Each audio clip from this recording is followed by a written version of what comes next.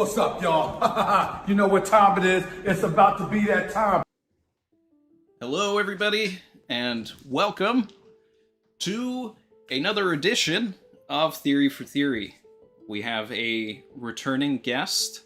My good buddy Tekking 101 is back. And hi, everybody. Thanks for having me on again, Randy.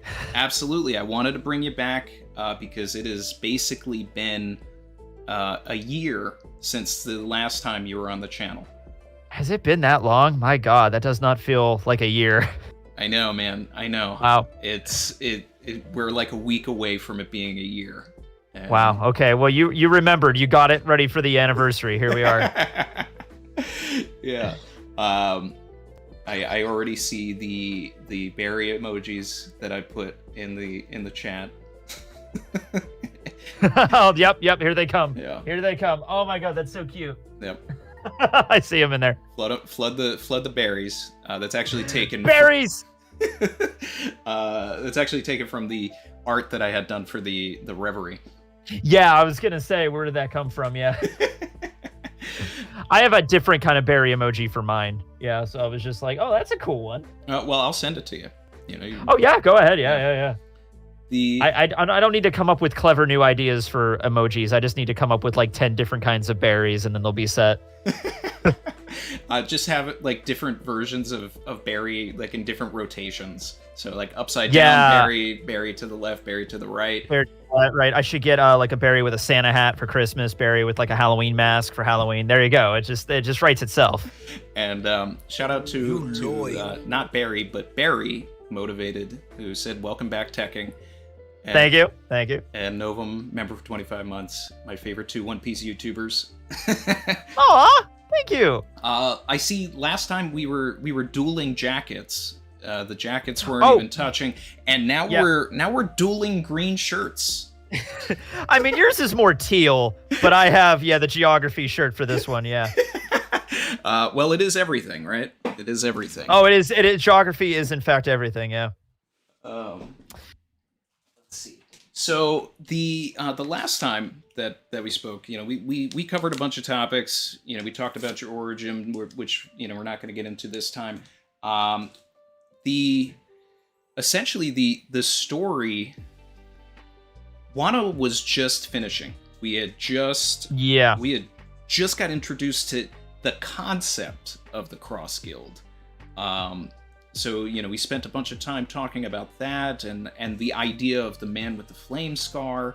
We had no idea about Egghead.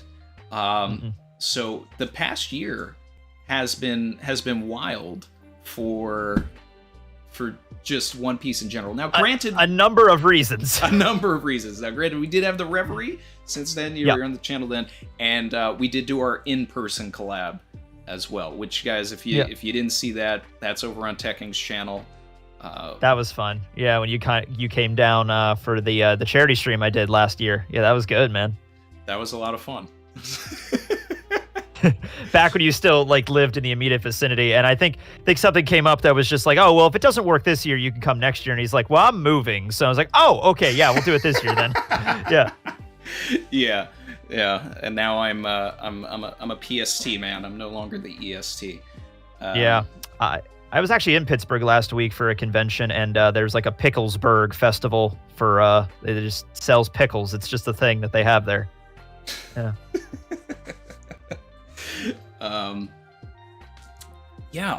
So also a lot of the recent stuff has been interesting because if I'm not mistaken, you preach the good word of Garp too. Oh yeah, Garp is our savior. He's alive. it just starts with that. Like, I was at a panel and somebody was just like, so Garp, and I'm like, he's alive. And just like, it's just how it is now. Yeah. I mean, I think one of the most telling things, just to talk about the recent of it all, and we can get into, more heady things of just like how we're feeling about things in general, but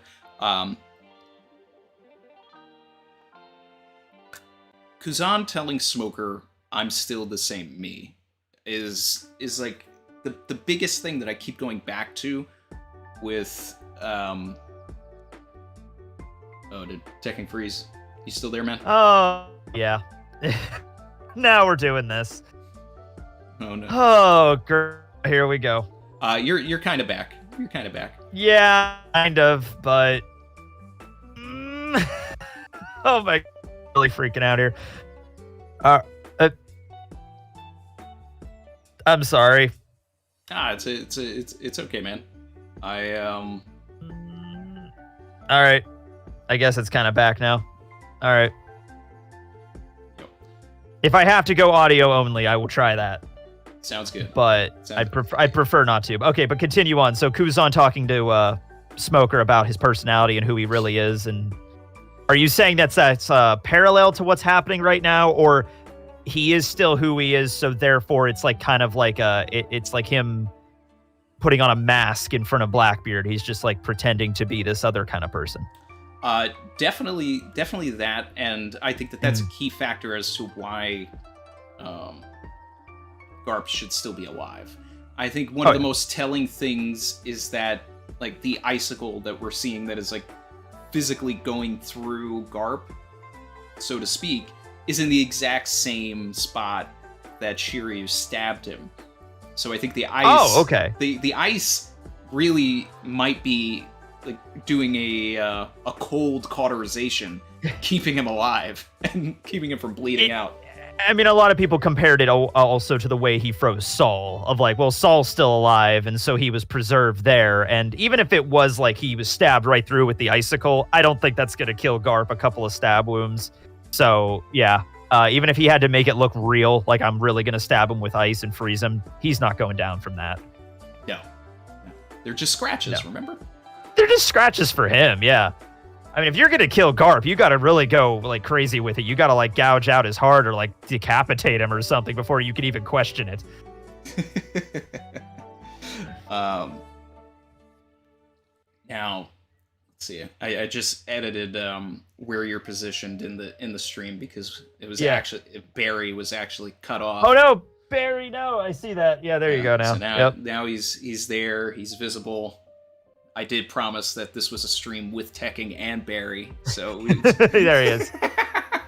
Yeah. He's in there. Scoot him over. There we go. Hey, Barry, what's up, buddy? Yeah. So, what's your take on where this goes from here? And I'd love to hear your thoughts on Kobe's feat.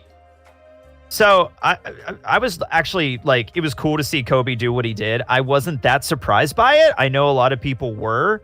I think it's just because like there was an OVA that came out years ago. I think it was actually the first time. It was Episode of Luffy. It was the first time we got to, right, the first time we saw Kobe outside of the time skip, after the time skip, and he punches like a giant metal ball or like disc in that, and it just shatters apart.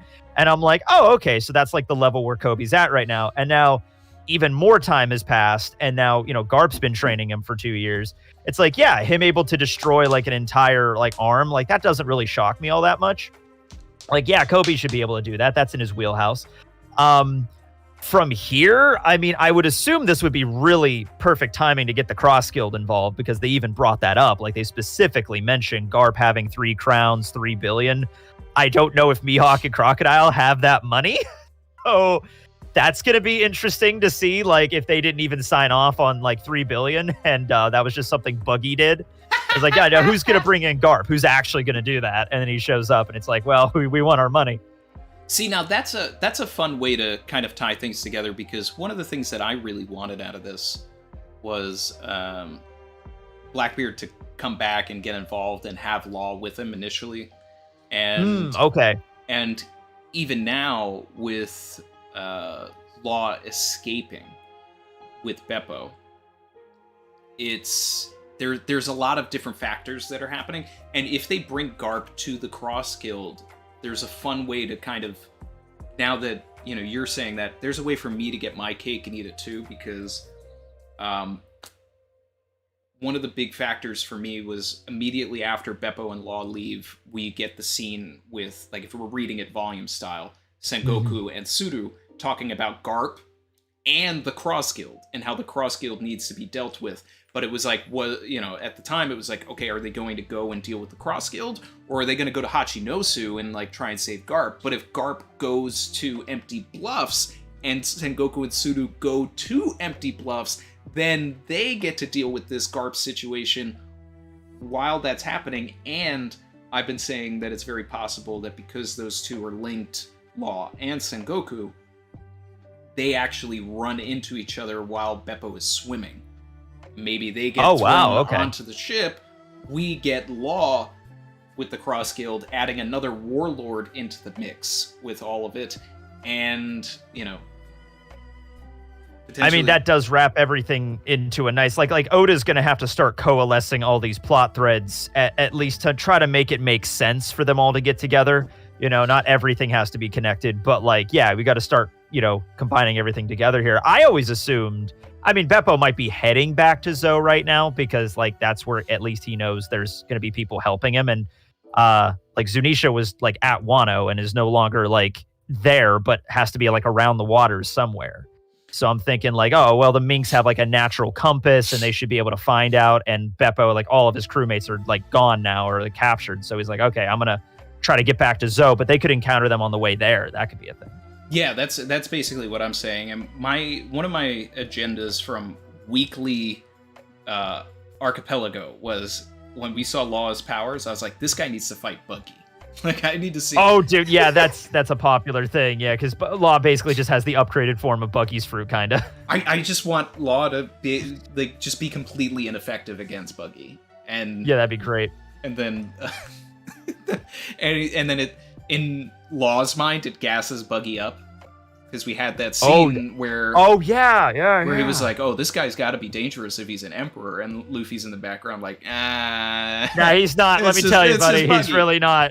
But we could get an NL face from Law or something as he's using his ability on Buggy, and Buggy just puts himself back together, and it's like, this guy's an emperor. I love that scene because when Law said that, it's oh, that's right. Law and Kid as well, they've never met Buggy. They have no idea. They're just buying into the propaganda wow, yeah, this clown star, man, he's making huge waves. He used to be on Roger's crew, broke out of Impel Down, he's a fleet, Buggy's delivery. This guy's really strong. And it's they have no concept of who he really is. Oh my God, it's hilarious. Yeah, man. But yeah, I wasn't surprised by Kobe's feats as well. This guy he's been set up since chapter 2 to take over for Garp, to be the representative of the Marines that we're going to see in the end game of the story. And absolutely.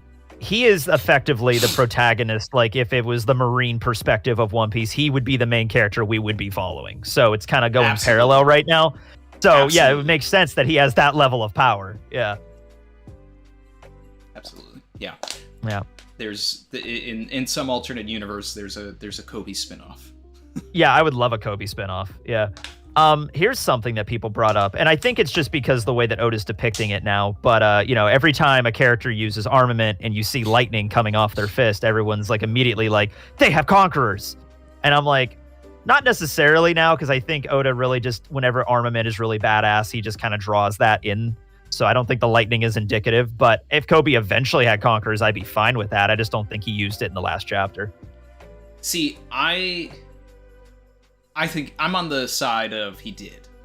He did. Okay. And I'm there because just from a narrative perspective, if we're talking about Kobe being the protagonist of his own story, that is true. Then he, much like Luffy, the protagonist of our story that we are reading, he should have it.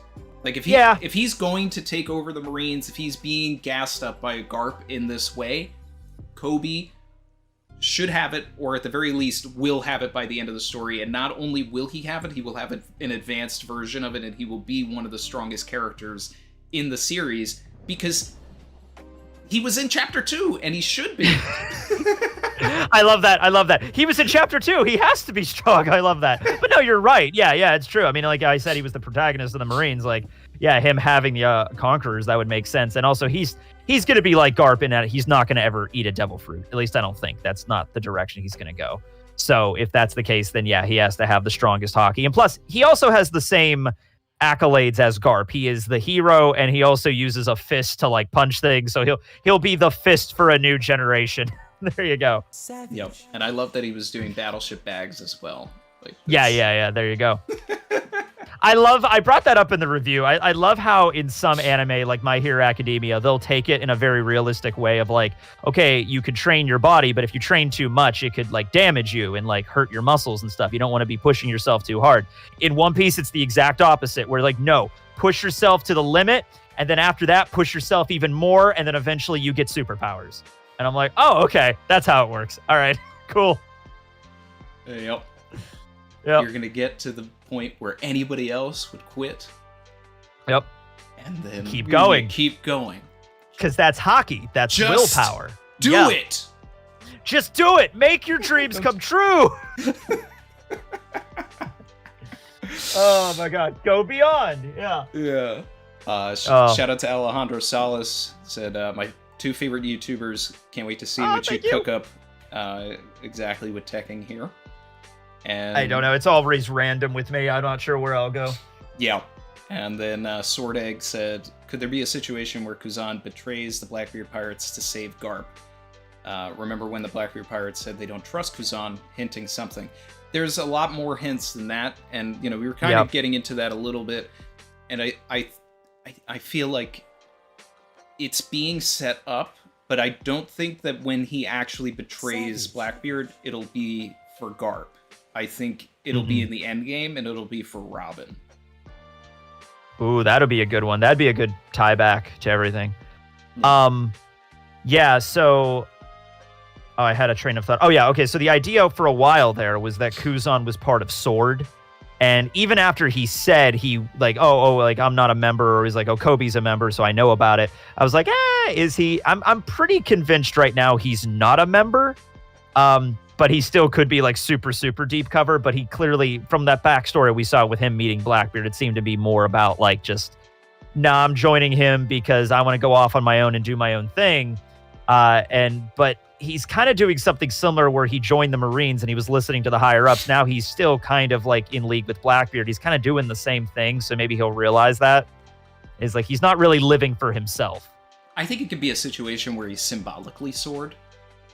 Yeah. It could be a thing where to be an admiral you can't be Sword, and then when he left the Marines, there's no point in him being Sword, but he's carrying the traditions of Garp to the fullest. Because this is a thing, like, and this is something that has been coming out throughout these past few chapters, is that, in my opinion, Kuzan is falling into the same trope of a lot of characters where he's the actual son of Garp.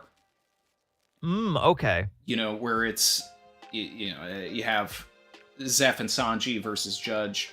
You have Luffy and Shanks versus Dragon. Like, there are so many characters in the story that take after the person who was there, the person that they looked up to. Yeah, it's more about the inherited will of these people, rather than a blood. Oda goes along with that plenty of times. Like, just having blood relation is not as important as what matters to you and the connection that you make with other people. Right. So Garp, his whole thing is living free, which Luffy is doing, Dragon is doing, and now Kuzan is doing. Mm-hmm. And Garp is getting upset about it, but it's like, why are you getting upset? When they're just emulating you, just in a different way. They're going about everything in a different way. Luffy's a pirate, Dragon's a revolutionary, and Kuzan is, now living on his own, doing whatever he is. If he's a pirate, he's a pirate. If he's not, he's not. But even Kobe, by turning in his resignation with Sword, is also like basically displaying his freedom, whether Garp isn't, a leader of it or not. Garp is very much the inspiration for whatever this is because of the way that he lives. He pushed all of this away. Like, whatever happened at God Valley, whatever happened in Garp's past, he was like, I hate the Celestial Dragons.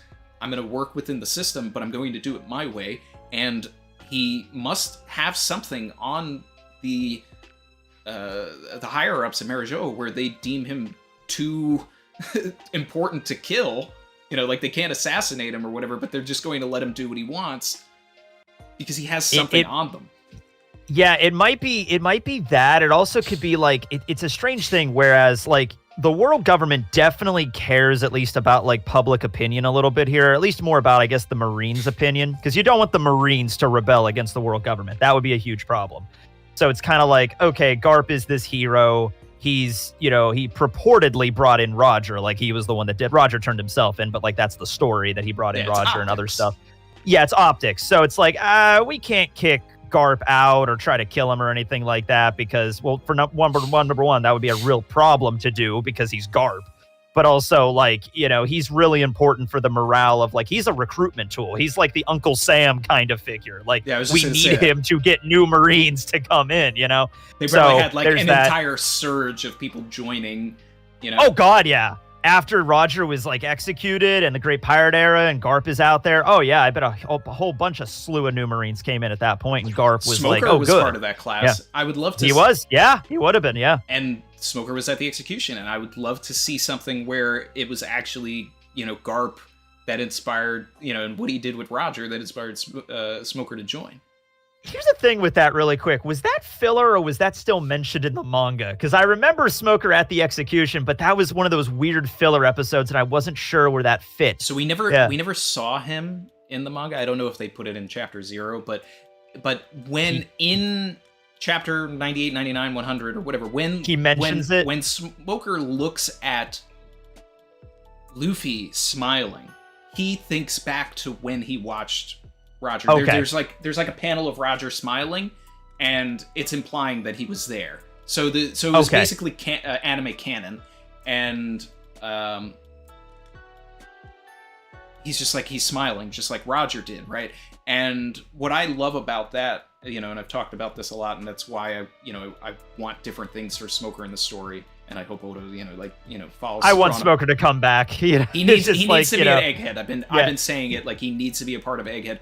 But the thing is the East Blue is all about these characters that are all just like, being the Pirate King is an impossible task. You'll never do it. I tried and I failed. You can't do this, you can't do this. And then Smoker's the first person that's like, wait, this dude's smiling like Roger. He might do it. I'm dropping everything that I'm doing, and like, my life is now about stopping this kid. Yeah, he literally goes against it. He abandons his post essentially to go chase after the Straw Hats. So that's like, okay, he has to feel something for Luffy here, you know? Yeah.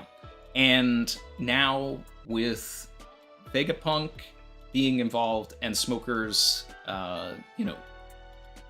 plot-related connections to Vegapunk by helping those kids and everything, I think that Smoker is not going to be happy that the world government wants to kill Vegapunk, and this could be the catalyst for him to actually finally turn against the Marines, which has been set up since... It's been built up. And I like the way that Oda does this, where it's not just like, you know, like we could have had a thing right after Alabasta, after, you know, the whole situation, like, okay, Smoker, you're going to get credit for this. The Straw Hats didn't actually take down Crocodile. And Smoker always had problems with that. You could have had a thing where he rebelled immediately. I love how Oda builds it up. It's just like, no, he's not going to rebel immediately, but it's going to plant the seeds of him like, I don't like the way that this actually works now. You know, and he learns more and more about it as he goes. And now it might be the finally tipping point where like, oh, I get it. The world government's very corrupted. All right, I need to start doing my own thing here. Yeah. I feel like if it doesn't happen here at Egghead, it's not going to happen. Like, this is the time, especially with Tashigi being split off from him. So do you think he was like at G14 with Doll? We just never saw him, and then they're just gonna like, okay, Tashigi's going off to Hachinosu with Sword, and then Smoker and Doll are vice admirals. They're gonna go to Egghead, kind of thing. I think a couple of days ago, maybe. But okay. But the idea here is that these ships were already on their way before we saw Garp show up to G14 and met Doll and saw Tashigi. So I think Smoker's always been on one of these 100 ships that's going to Egghead. I mean, we're going to have, I think Oda's going to have a really big fun time with just like, oh, let's throw in a bunch of Marines that I haven't used before, I haven't used in a while, and let's just have them here in Egghead, because I don't know what the final war will entail, but this might be the last big moment we have like a Marine battle in the story. So it's like, okay, let's do that. Yeah, I want to see Strawberry, Doberman, What is your strawberry I need Doberman? Mamanga. I want Mamanga. Mamanga's amazing. He's my favorite Vice Admiral. He's my favorite Vice Admiral also. Yeah, he's the best. I want to see him. You know what I also want to see? One character that showed up, did something crazy, and then just disappeared forever. Do you know who it is? Character, a Marine? He's a Marine. He's a captain. Showed up, did something crazy, went away, never heard from again. It's Shu. Shu, yeah. Rustman. Yeah. Rustman, which is an ability, by the way, going to the technologically advanced island you think would be, oh, that's useful to have. Okay. If Shu shows up, that would be crazy. And actually, like, this is just funny, but do you have a Shu figurine? Did they make a Shu figurine? What the hell? They actually did. I'm impressed by that. I'm actually applauding whoever made that. That's incredible. You know? That's how important that one little moment is that you know, I despite what people would think, I don't buy every figure, but really? Okay. Look, I don't have Crab Hand Gyro, and they did make Crab Hand Gyro. Darn it. All right. Okay, hold on a minute. I got a new one yesterday that I got to show you. Hold on.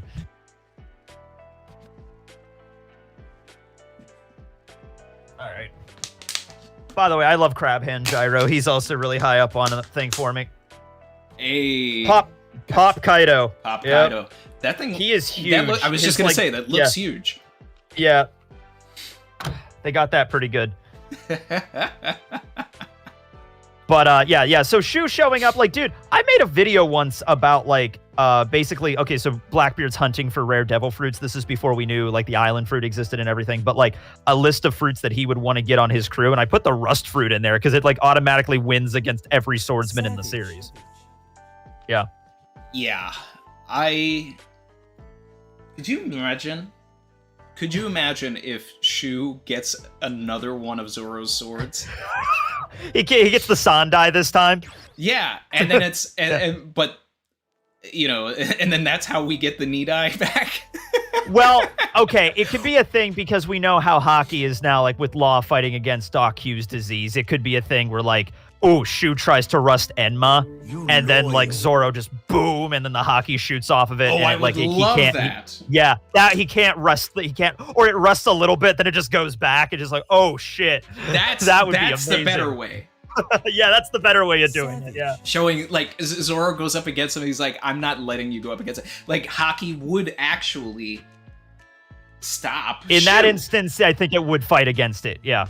That's how it's got to be. Oh man, and then Zoro's got to take him out like that. Yep. Yeah, I think that's gonna happen, dude. Like it's gonna be a battle royale. There's gonna be 100 ships coming around. Shu's gonna show up in front of Zoro. He's gonna look at him. He's gonna be like, "I remember you."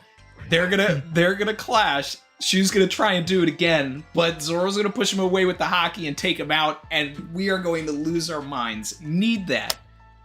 That would be perfect. And you know what? It also just like at Eni's lobby, it was like one panel, 2 panels that happens. Same thing here. It's just like Zoro's fighting like 7 Marines in the same chapter, and it's just like, oh, I remember you. You took out Yubashiri. Boom, Enma, hockey, cut. Moving on to the next one. Like that would be great. Yeah. Oh, I'm ready.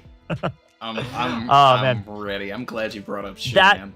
I love that concept that Law introduced. Like, oh, if you exert hockey, then you can fight against devil fruit abilities. But I kind of want to know the rules of that, because you look at certain abilities, like let's look at Moria's Kage no Mi. Like, would it work with that? Like, if let's say Moria removes your shadow, if you just exert enough hockey, would the shadow come back to you? Like, I don't think that's how it would work. But maybe it is. That's the thing. Yeah. Yeah, that's interesting. And I also, you know, and there's definitely something that I want to get into about the Kage and like exerting things, especially with the way the recent episodes have been depicting Luffy losing his energy and all that. I don't know if you've been watching the recent episodes. I saw the episode I saw the scene at the end of the last episode. You know, the moment. Yes, the moment, I saw that part. I was so amazed that it was steam that was coming off of him. You know, like I didn't expect that. I was like, it was always like, is it resin? Is it goop? Like I always thought it was like this goopy substance that was emerging out of him. But yeah, but it's steam, which is really, really great. But one thing that is that I've been kind of thinking about, you know, especially with the idea of, you know, Joy Boy has returned, and this is going to get pretty heady here. But it's like, here we go. Here we go.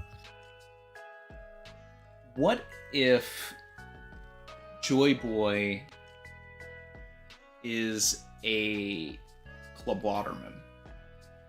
Right? Oh, for the ships. No, okay. Not even the ships. Not even the ships, but just in the same vein, right? Because we've learned about some type of spirit. Yeah. But okay. And to explain this, I got to go into a bunch of different things. But it's like, one, we have the little flashback with Kuma and Vegapunk talking about the 21 grams of the soul and everything that the Nikyu can do. In my mind, there is there's nothing else in my mind could nothing anybody else could tell me, except no one could tell me that Nefertari D. Lily did not have the Nikyu at this point. Because I just can't understand how the Poneglyphs got to all of the islands if they weren't just like pawed away. And that had to be Lily's great mistake. But also, Vegapunk was talking about, you know, removing the memories and the 21 grams of the soul, and it's like, could it have been a situation where the Nikyu was used to create like a club waterman by pushing a soul out of the body? And the soul has been possessing people and going around, and the thing that really made this come to my attention was like in the episode that they just did, where I think it was 1069, where Dripper Scarfino grabs onto Luffy and, you know, he gets hit by Kaido. But right before that, he is losing his energy, he's losing his haki. But it's like, what if he wasn't losing the haki? What if it was like the Joy Boy inside of him thinking, oh, I need to find another successor because this guy isn't the guy. And he's pushing the soul back inside. Ooh, okay. And what if, going back to Marineford, and everything with Roger being so sure that his son would be, you know, the person to do everything, what if Ace actually was carrying Joy Boy and Joy Boy's will until he died at Marineford, and that's when it actually, like, changed for Luffy? And maybe that's why Kaido went, you know, wanted to go to Marineford, because he knew something about this, and maybe that's why Shanks tried to stop him. It's heady. I'm getting a little crazy. No, with I this, understand. Yeah. I'm along with you. I'm going along with you on the ride. But it's there's some. Personally, I've always wanted, like, I like that idea. I've never wanted it to be like an idea of like a spirit like possessing Luffy or something like that. Not on that level. And that's what I really liked after he went into Gear 5th in the manga. One of the first things he says is like, you know, I think Kaido says something like, you know, who are you or something? And Luffy just tells him, you know, I'm Luffy. I'm going to be king of the pirates. And I like that scene because it kind of confirmed like, okay, it's not like Joy Boy is like possessing Luffy. Like he's like, I am Joy Boy. I am from 800 years ago or something. I like that.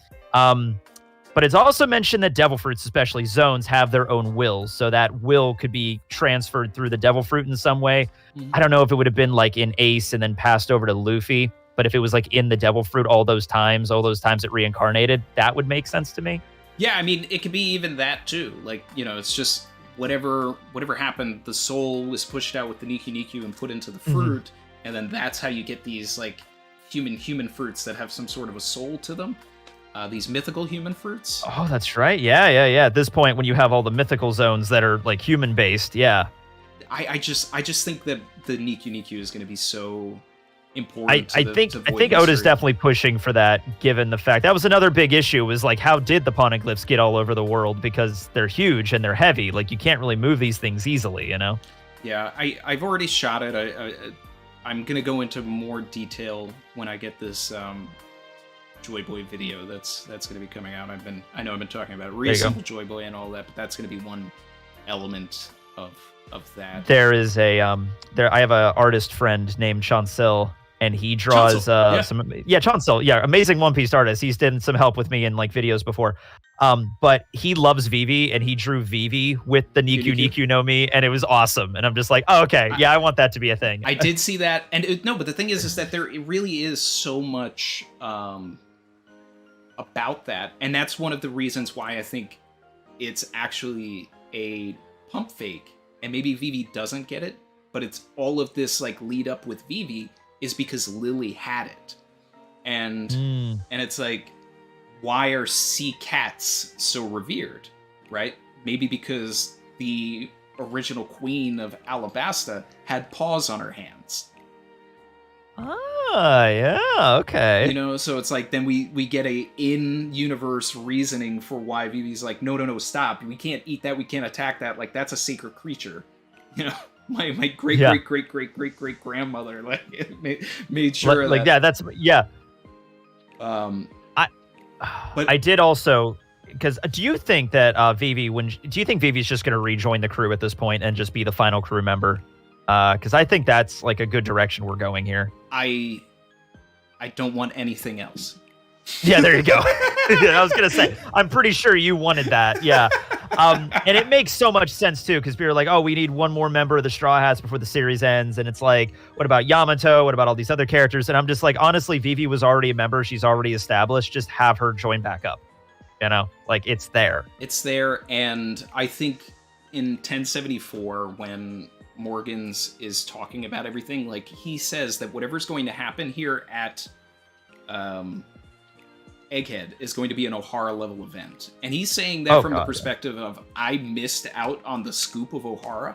I'm not going to miss this. Which means that Morgans and Vivi and Wapol are going to eventually get to Egghead. Oh, I would imagine they're heading there right now. Yes. Like, I can't imagine anywhere else they would be going. You know, like, that's the big scoop. That's the big story. And the plot is demanding that Vivi be in a room with Luffy and Sabo at this point.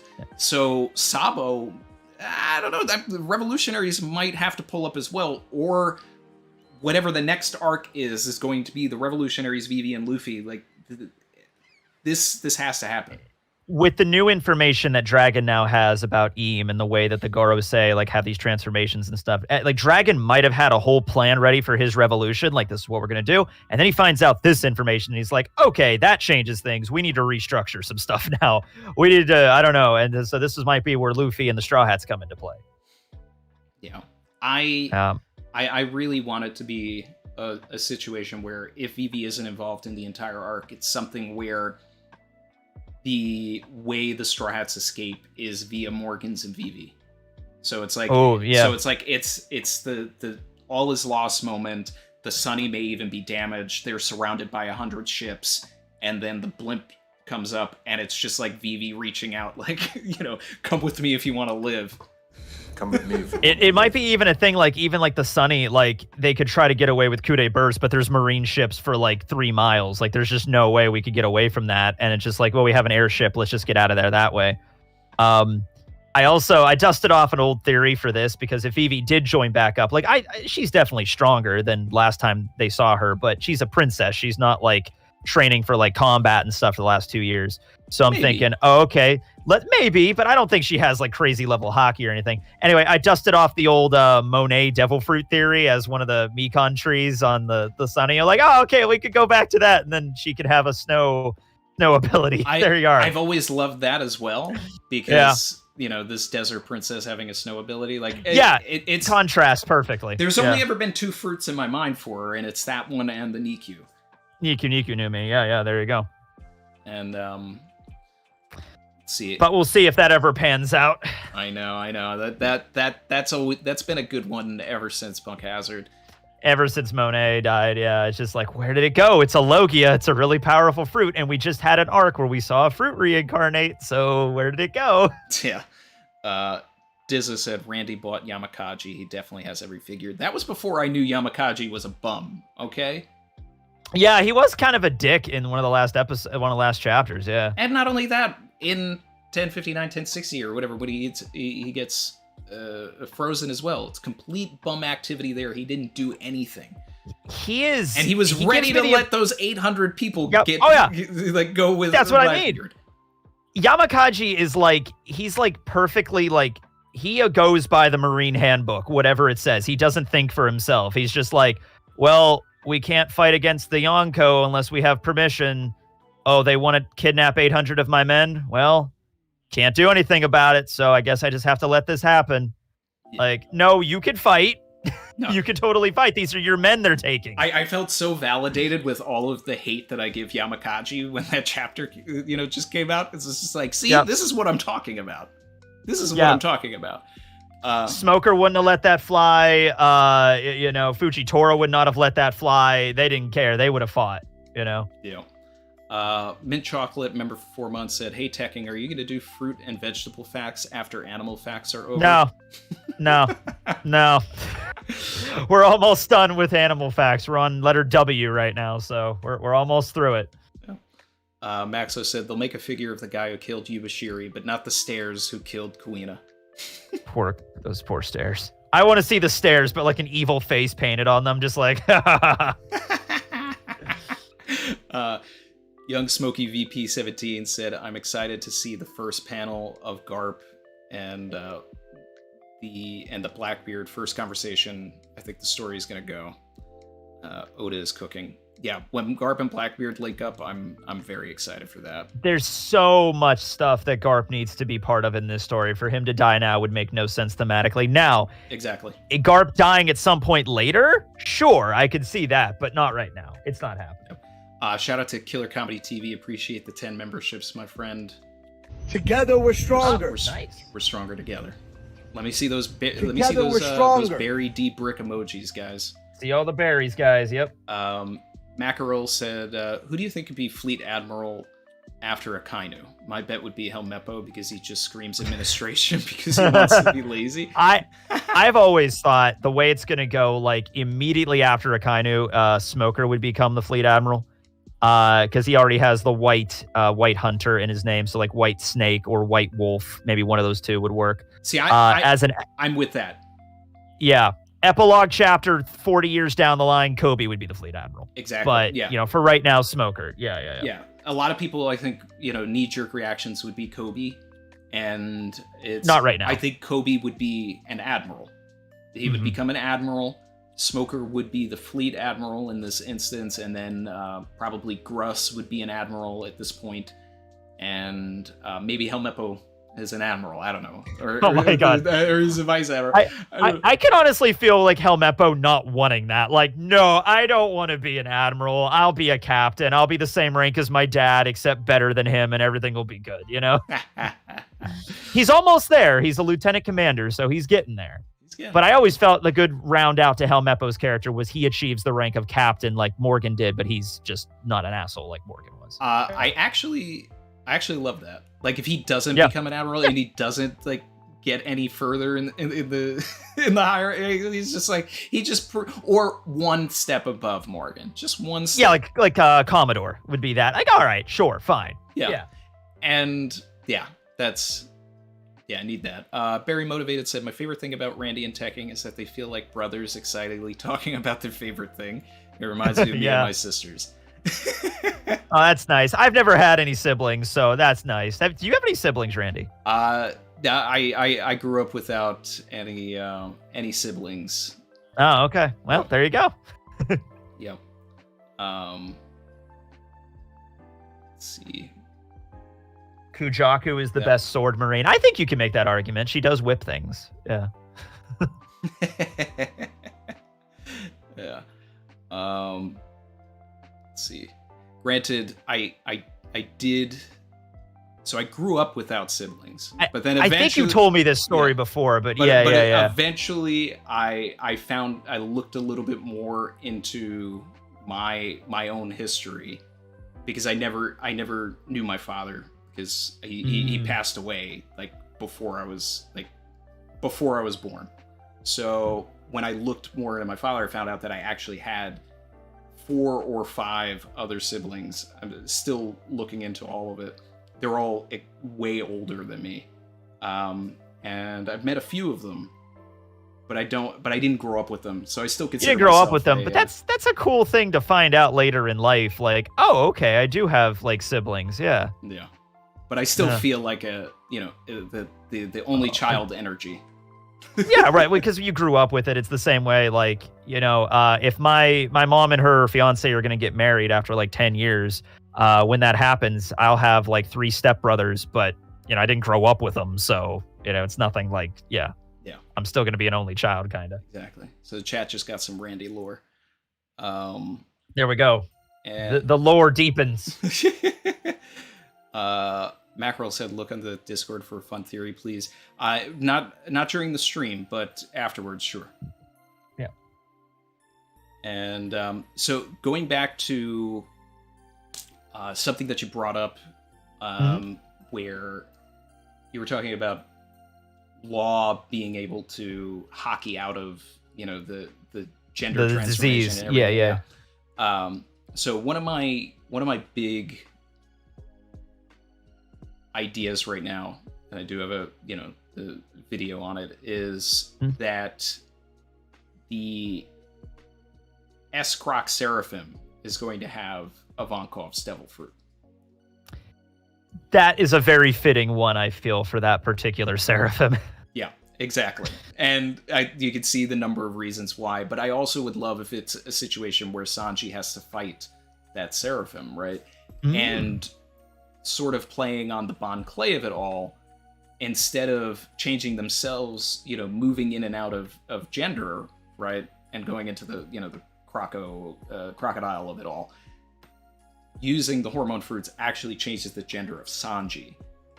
And okay. And then that's how he's able to fight a woman as well. But when it's all said and done, just like Law did Oda put that in the story so that we could see it happen with someone else later on, so that Sanji wills out of like having the hormone fruit used on him, or eventually later Doc Q's fruit being used on him or something. And then we can get something like, oh, I had to learn this 2 years ago. Yeah, there you go. Yeah. With Sanji, I feel like that's an interesting way to take it. Like if he flips his sex, then he could fight a woman then. But I'm like, I feel like that's still conditioned the way that Zeph raised him. Like you cannot hit a woman. So I don't think he's able to forget that, and just because like just changing sex. But I'm okay with S. Croco having the hormone fruit. I've always been okay with the theory of like, oh, Crocodile used to be a woman and then met Ivankov and then changed him into a man. I'm just not on board where everybody immediately jumps to the Crocodile is Luffy's mom theory, which immediately goes hand in hand with that. And I'm like, that's making a leap I don't. Yeah. No, that's that doesn't need to be the case. Could the secret be that Crocodile was a woman and then bent genders, using Ivankov's power? Yes. But I think it could be something completely different as well. And I actually, shout out to Dak Sake. He and I were talking at DMs, and he put a video out where he was like, what if Crocodile's big secret is that out of all of the people that people are suggesting could be Rocksteady Zebek's child, what if it's Crocodile? Ooh, there you go. I would honestly prefer that more. Yeah. Because then it's like Ivankov, the person who told us Emu's name.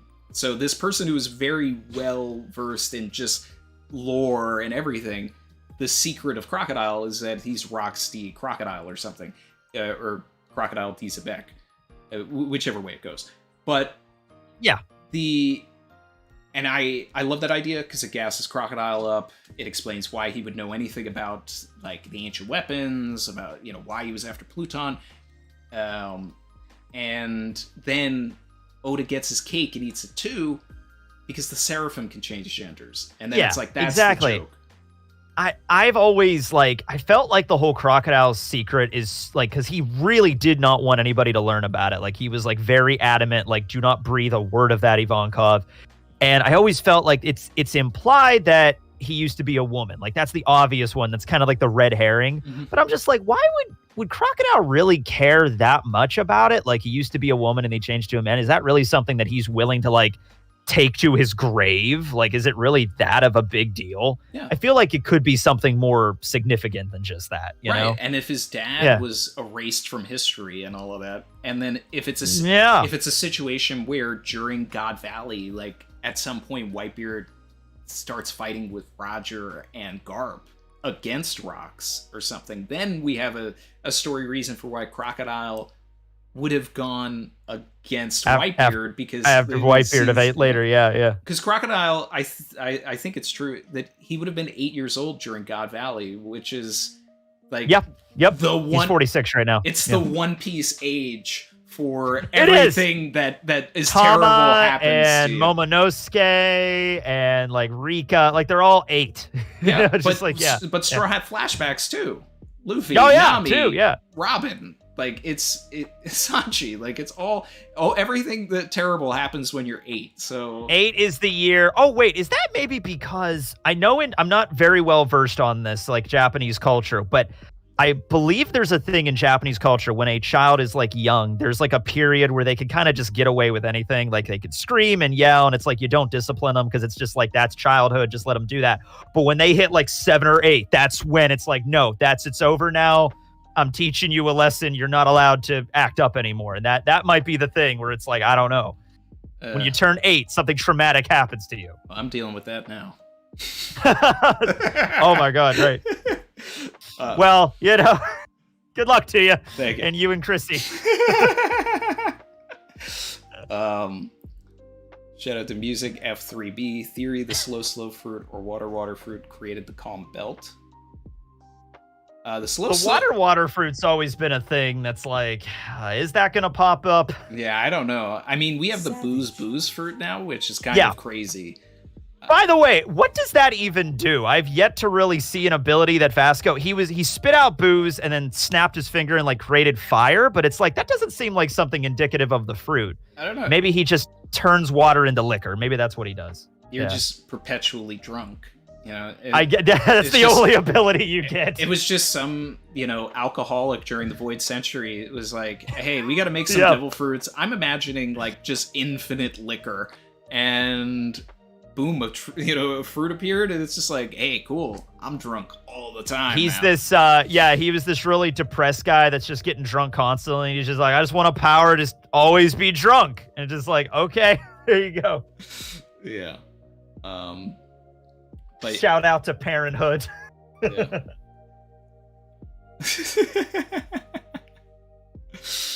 The 8 lore is real. Yeah, 8 is the thing. Yeah, someone said that's what it is in Japan. I think it's 7, and then when you become 8, it's like all bets are off. Yeah. Definitely check out Chad. Check out Daxake's video on that. Before he put it out, we were talking about it, and I threw in some extra points in there. It's fun. It's fun. Now we should be going back to Egghead momentarily. I believe next chapter. I mean, it was established. It's been about 10 chapters or so since we've seen the Straw Hats. That's a good place to resume. I would say. Yeah, and I think it's time. I mean, I've been loving everything outside, but hey, let's find out what this incident entails. What are some of the things that you're most looking forward to? I actually just made a video about this yesterday, talking about so Blackbeard's ship was arriving at Egghead, like right before the Marine ship was, and I'm thinking, okay, well, the only people that it would make sense that would be Lafitte and Katarina Devon. Right, but it can't just be both of them, right? Yeah. both of their abilities kind of focus on infiltration and espionage. You know, Lafitte can hypnotize. He managed to sneak into Castle Pangea at Marijois. So that guy is like, he could show up inside the Frontier Dome, like tap dancing, like, here I am. And like, I would believe that because he was able to get into Castle Pangea. I need Sanji versus Lafitte. That'd be so cool. Yeah. On Lafitte. Where are you at on his Devil Fruit power? I have no idea. I mean, he's got wings. I've seen. Got wings. I've seen people throw Mythical Angel. Mythical Angel. Yeah, I've seen that thrown around a lot. That. You know what I like about that now that we're talking about it, and especially with everything during Wano was about everybody embracing the devil and demon inside of them, right? Yeah. And Blackbeard's crew is, meant to be the antithesis of the Straw Hats. So I think him having somebody on his crew that is a mythical angel is actually fitting. Yeah. It's like, here they are, here's the bad guys, right? But they have an angel on their crew. And then here are the good guys, but we have the King of Hell and Demonio Floor and Soul King and like literally this abomination skeleton that's come back from the dead that can summon like specters and shit. Like, yeah, that's a little evil. Luffy's crew is a little evil if you actually look at it. Yeah. So from that perspective, I like that. But then there's also in the Bible, angels weren't always good. They weren't always benevolent, and they're not always depicted as.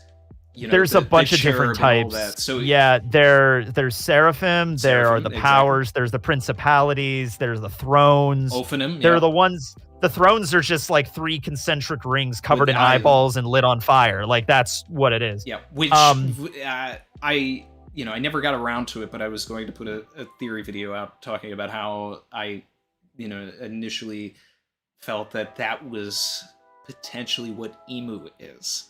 Ooh, that would be, considering the seraphim and all of that, and it's like, what if Emu is literally a throne that rules the empty throne, and the eyes that we're seeing, it's that they're just a being, it's not even a, like, that's why it's shrouded in darkness, because it's just eyes and weird things.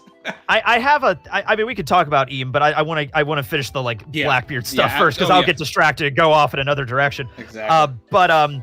So I also think it's significant that Lafitte, out of all of the 10 Titanic captains, is the only one. He's the last one we're gonna find out the devil fruit of, and I think Oda's saving the best for last. Like, it's not just gonna be like, oh, he has a dove pigeon zone and that's it. Like, no, there has to be something else going on with him. No, then you have, if he turns into an angel, Oda could really go really dark and crazy with the design, because some of the angels that are in the texts and in the drawings of the past are very scary. Dude, you could even have him transform into like a typical angel at first, like he just has the wings and the halo, but then he has an ability that turns him into this weird monstrosity kind of thing, and like, oh, okay, that's wow. And that's where the hypnotism comes from as well, as like something related to the devil fruit. Look to my eyes. Yeah. And also, like, maybe he could turn invisible, he could phase through. We're talking about a mythical deity at this point, so it's like, he could phase through the Frontier Dome with his ability, or that's how he got to Castle Pangea. I'd be like, yeah, that all tracks. He's an angel, Yeah. Then you have Katarina Devon, who could transform using the Kitsune zone. And a big thing I talked about in my video yesterday was, okay, well, we don't know how she transforms into people, if she needs to like touch their face like Mr. 2 Bon Clay does, or she just needs to see them or have a bit of their blood or something. But if she could transform into St. J. Garcia Saturn, who's also going to be at Egghead, like, Blackbeard has now the ability to, as Agoro say, that's holy shit. Mm-hmm. And maybe that's exactly why he wants access to Marijoa, so he can get Devon in there to pretend to be one of the Gorosei, so he can get into potentially the, maybe he needs the hat, maybe Pudding is involved in this. We had talked about, a year ago, I brought up the idea of Pudding, being able to use her power on objects to draw the memories from them. And yes, I really think that a lot of, how we can, predict the way that the story is going to go is going to be based on what Blackbeard's plan is. Like, we know what Blackbeard's plan pre-time skip was, and how all of the pieces came in line to get him essentially where he is now. But whatever his plan is now involves the Amanomoon. Like, he needs that. He wants to depetrify something. So he's probably going to Egghead because there's a reproduced version of the fruit there in the first place. But does he also need the Niku for something? Does he need the Ito? Does he need... He wants devil fruits, so is this about that? Yeah. Like, does he... You know, a lot of people think that he may end up with York. Does he get that, and then York is able to reproduce these fruits for him? Is this a key to, you know, just everything that's necessary with getting the One Piece? And, you know, it's a lot of these fruits are also tied to the original warlords. And is it maybe a situation where the balance of powers was actually keeping these specific powers at bay and you know, on a leash, and now they're reproduced? I like that idea. Like, one of the reasons they recruited the warlords to the government was like, oh, Boa has this insanely powerful fruit that could just petrify people, and just that's it. Like, that's a very strong ability. How about we have them on our side so we don't have to worry about that anymore? Less about Boa, more about her power. And so, yeah, see, the thing with Blackbeard is, like, you sometimes he seems like this brilliant schemer that's like 100 steps ahead of everybody else. And then sometimes you wonder if he's just like this ultimate opportunist where it's like, oh, okay, well, while everybody's in chaos, I'm going to go over here and then, you know, take advantage of that chaos and like steal shit, you know, like, did he want Whitebeard's fruit just because of like, oh, it's a really powerful fruit and I can get it, so I'm going to get it? Or was it part of like a very specific plot to get his power? Yeah. You know? Or maybe the Gura Gura is something that is, you know, that would be really helpful in destroying the borders of Wano so he can get Pluton. You know? Yeah, he can get Pluton. Yeah, like, how far ahead is he thinking here? Shanks was so sure that he was going to go to Wano, right? So it's like, but maybe he couldn't go there until he had other pieces in play, and that's why he went to Amazon Lily to get that fruit. Oh, I can't get it here. I'm going to send people to Egghead because I know I saw that Seraphim there. They had the power. Go to Egghead. That actually clicks perfectly. Yeah. And Katarina Devon was part of that group that went to Amazon Lily, so she would know about it. It's like, oh, okay, well, they have it here. They're going to go back to Egghead, so I'm going to send my two sneakiest people to do a snatch and grab. Yeah.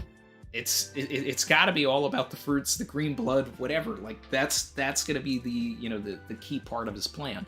And I'm excited for that. The other thing, you know, that we don't know what happened to Moria, right?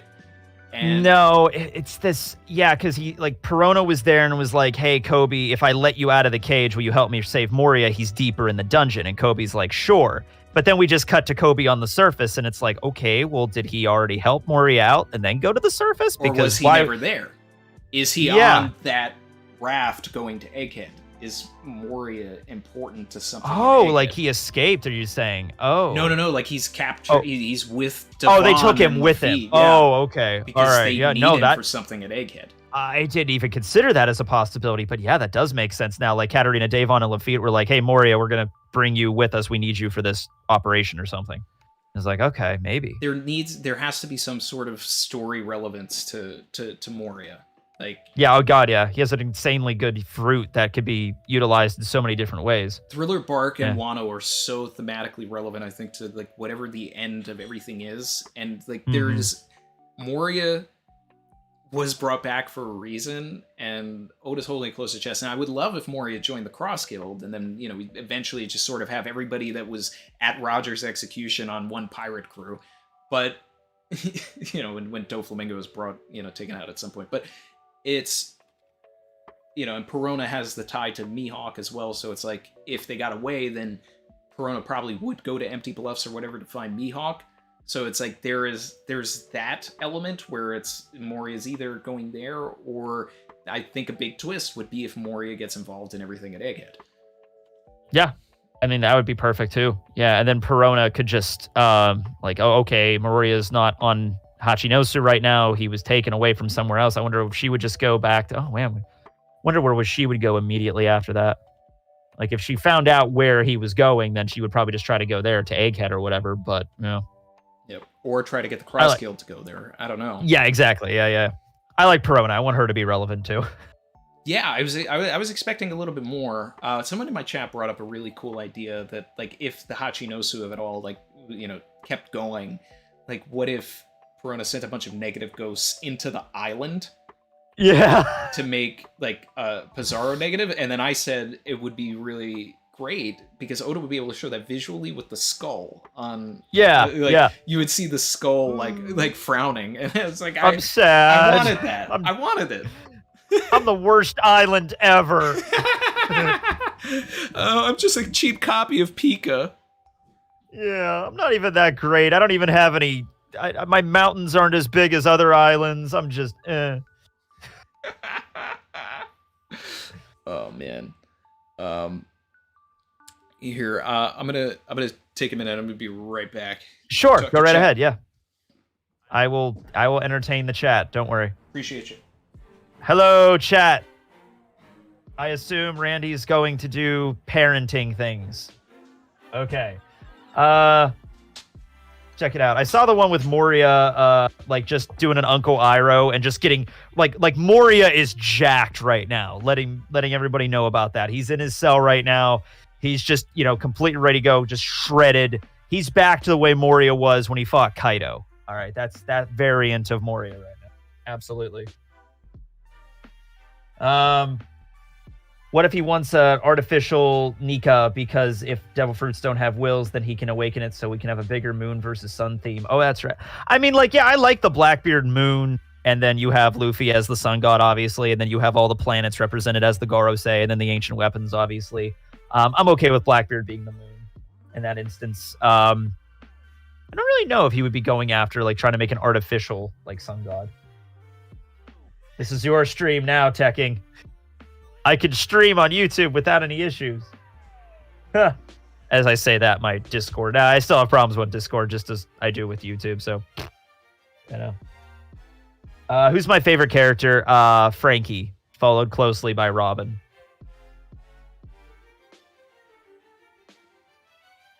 Let Barry take over. Yeah, guys, I gotta go do laundry, so I'll let Barry take over from now on. Barry and Kaido. The Barry and Kaido show. I think I'm going to do that. I'm just going to do the Barry and Kaido show. I'll put out a video of that.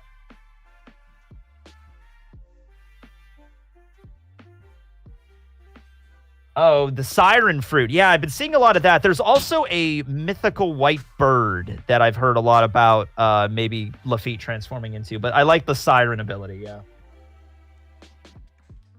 Yeah. Hey, man. Hey. So what are we talking about? We talked about Moria getting jacked in prison, just working out like crazy. And just talking more about Lafitte's powers. Somebody brought up he might have a siren ability. That would be cool because he could hypnotize people like sirens would hypnotize sailors back in the day. Yeah. I brought this up a lot, but in our world and in real cultures, hypnotism is used to awaken third eyes. So I think that's going to be the fact that Lafitte has a hypnotist on his crew. Blackbeard has a hypnotist on his crew, and Lafitte is a story relevant reason for Pudding being in the. Hypnotizing Pudding and awakening the powers, because it was always ambiguous if she couldn't read poneglyphs now, but she wasn't sure if she could awaken it later, because she's only half of a third eye tribe. Here's something. Do you think Blackbeard got away with Law's poneglyph etchings, or do you think Law used his... I always thought he could just use his power to hide them inside of himself or Beppo or something like that. That's an interesting idea. Yeah, because if Brook can hide those etchings in his skull, fold up those giant pieces of paper and shove them in there, Law could do that with his fruit power easy. I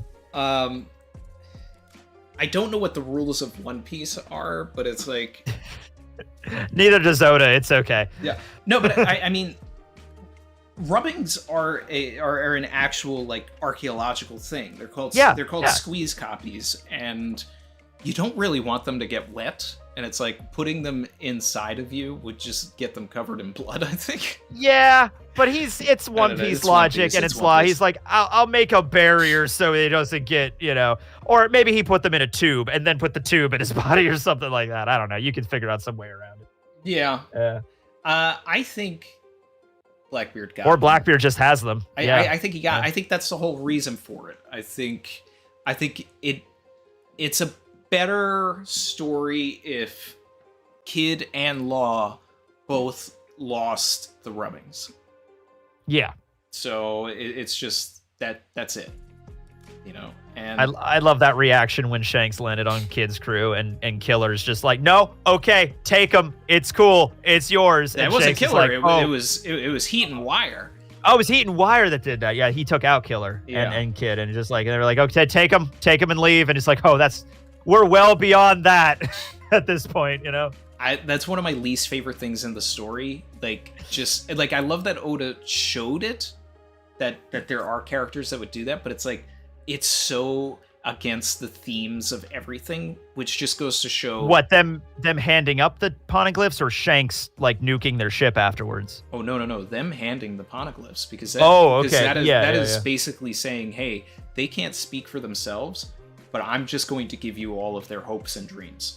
Yeah, that is a dick thing to do, but I would imagine they're just really panicking at that moment, and their captain might have just died, so they're like freaking out and like, okay, just let us leave. And they're not. There's a reason Heat and Wire weren't the captains, you know. Yeah. If Kid is alive, which I hope not. I mean, oh, you want him just to be dead? Yeah. Have Kid. Oh wow. Okay. Shit. All right. Yeah, I don't need him back. I don't. What is he? You know what? What is he going to serve the story? You know what? If Oda had the balls to just straight up kill off Kid, first supernova to just straight up die, okay, Hawkins. I'd be all right with that if it was consistent and we just went with it. Like, all right, and Killer as well, I guess. Second, sure. Hawkins is dead. Okay, yeah, Hawkins is dead, I guess. Well, first one to be confirmed 100% that he is dead, because Hawkins wasn't. We didn't actually see it, but yeah. Dude, I'm kind of pissed off that Hawkins is dead. I wanted to see him do more shit with his tarot cards. I don't know. He's a bum. I wanted a Pooh to die. If I had to pick any supernova to die, I'd pick a Pooh. Yeah. I think I like a Pooh's chaos. Like he kind of adds something. Like if he comes back, I think it could be interesting. But the thing I need is that whether Kid or Killer are still alive and they come back into the story, I need to see them murder Heat and Wire. Just as like how dare you give them the poneglyphs? What if they never found out about it? What if because they were like unconscious at the moment and no one ever tells them about what they did? It's like, oh yeah, Shanks, he stole the poneglyphs. We tried to fight him, but he just I would be pissed, yeah. I feel like the only thing keeping Kid and Killer alive in my mind is the idea that there are consequences for those two individuals' actions. Barry Motivated in the chat brought up a really good point. Heat and Wire hands over the hopes and dreams of Kid. Meanwhile, Nami, when, basically calls out Kaido directly, during that scene at Onigashima, I was like, oh, these crews are not the same. I was like, oh, no, they are not. No. Built different. Yeah, built different. He's like, no, yeah, calling Kaido to his face, you're a liar. Luffy's not dead. It's like, okay. I was talking about that when we were watching it in the chat yesterday. It's just calling out. Why you always lying? Let's see. Shout out to Ronnie with the gift sub. Ronnie with the subs. Appreciate that. Kid deserves to suffer for his decisions and putting his crew in harm's way and deserves to never be on a ship again. He's not going to be on that ship ever again. That's the thing, they completely nuked the Victoria Punk. So even if Kid and Killer are still alive, what could they do at this point? They have no ship, they have no pirate. I mean, that's what you kind of need to be a pirate. Yeah. Mackerel said, question for Tech. Who's the first confirmed death that was killed by a Straw Hat? I know this answer, but was it Zoro killing Mr. Seven? That's what I was gonna say. That's the first confirmed thing, and it predates the story, so it has to be Zoro killing Mr. Seven. Technically, he wasn't a Straw Hat when he killed Mr. Seven, but But that's a thing. Like when people bring up Luffy never kills anybody, he never kills main antagonists, but Luffy's definitely killed like a lot of Marines and random guards at Impel Down. Like that's definitely happened. Yeah, I mean, some of them have fallen off of heights into things. Yeah, he was kicking people over the thing and Impel Down into a giant vat of boiling blood. Like they are dead. Like they're gone. And maybe he even knocked some people off of Ennie's lobby. So I don't know. Oh yeah. There's some people that are dead. Yeah. Yeah. Ronnie Williams said, Tekking, did you know that the last person to come on a Theory for Theory with the chat and Comic Gang mods hosted the last Reverie? Are you next? So referring to I had Recon on before the last Reverie. Yeah, Recon. Yeah. Which is a fantastic Reverie, by the way. That was a fun one. It was. Yeah, it's a lot of responsibility to host a Reverie, man. I'll just be straight up with you. That's a lot of stuff to carry. Yeah. Also, with my internet, it's just, that's not going to end well. Yeah. Well, hey, I mean, you could always do it like you do the charity streams. The charity thing, I've considered it, but I'm not sure. It's a lot of stuff to do. Barnacle Boy 127, what does Tekking think about York or one of the Vegapunks joining Blackbeard? Dude, I when I made that video yesterday about Davon and Lafitte, somebody actually brought up, a couple people really like, oh, what if Davon's already on the island and she took the form of York? I'm like, whoa, okay. But barring that, I could see York realizing, and I think she already has, like, oh, the Celestial Dragons aren't going to do good on their side of things. They're not going to like let me become one of them. That was kind of a silly dream. So instead, I don't want to die, so I got to get off the island somehow. And she has control of the Seraphim, like S-Snake right now. So it might be a thing where like, oh, I'll just go with you guys. Oh, you want S-Snake's power? Sure, you can have it. I'll go with you, though, and I can become a member of the Blackbeard Pirates. Yeah, I can see it. I mean, what else is she going to do? I like the idea of it being York because, you know, she wants to be one of the Celestial Dragons. But the thing is that if all Blackbeard or some of his crew have to explain is when we're done doing what we're doing, there aren't going to be any Celestial Dragons. So yeah, if you want to be at the top of the world, come with us. And I think that's enough to turn her. Mackerel in the chat said Mr. 13 and Miss Friday, the Unluckies by Sanji, as the first confirmed kill. But actually, they're not dead. They're not dead. The Miss Golden Week cover story showed us that they were being used to draw the other Baroque agents for Hina. So they were like in a cop office and they're like, okay, we'll give you some ramen, but you got to help us. I'm just like, okay. Yeah. Which is a cop Which was out. Brutal. Yeah. They should have just died, but Miss Friday got her like neck broken. The Vulture just got snapped neck by Sanji, and like, yeah, no, they're still alive. Still alive. Izo though, killed off screen. On screen, actually. I mean, yeah, but we didn't actually see. Well, the attack that did Izo in was that is true. Together I thought we'd see something a little bit more elaborate with that, though. You know, like together we're stronger. Izo on the ground, like, I'm sorry, Kiku, I couldn't make it, and then die. But like, nah, it's just, oh, okay, well, all right. No, what I needed was Kiku to say, "Oh man, my brother died." Like that's what I needed. I don't care about Izo dying like as much as we never saw Kiku mourn. Kiku's reaction to that, no. Like no funeral, no nothing really. Nothing, not even like a moment where Kiku's like, yeah. Yeah. Shout out to Adamisk with the gift sub. Appreciate it. Gift memo. I mean, to be fair, Kiku has not seen Izo in years, and then like he comes back and then immediately dies. Maybe Kiku's just like, oh, okay. That's what I get for getting my hopes up that my brother would come back. I'll just go back to the way it was before. One panel, looking over the horizon, thinking something. Yep. I don't know. Then the anime could milk it out, but it's like I mean, the anime could still milk it out. Yeah. But, well, you know what? I would actually love if the anime took the time to add filler to the time between Luffy defeating Kaido and Luffy and Zoro waking up. Yeah, that would be lovely if they could do that. I feel like it's because like the whole point of a Kabuki play, which Wano's based off of, is like the very speedy conclusion. So maybe Oda had like, oh, I'm going to do it like that, where it's like, okay, end of Wano, couple chapters, we're leaving, we're gone. And it's like, yeah, you could do it that way, but you're kind of sacrificing a lot of the emotional impact from the fight, from the war, because like, Ashura died, Izo are dead, and we don't really get to see them be grieving, that much. Yeah, I mean, the anime did a great thing where they actually expanded upon Kiku versus Kanjuro.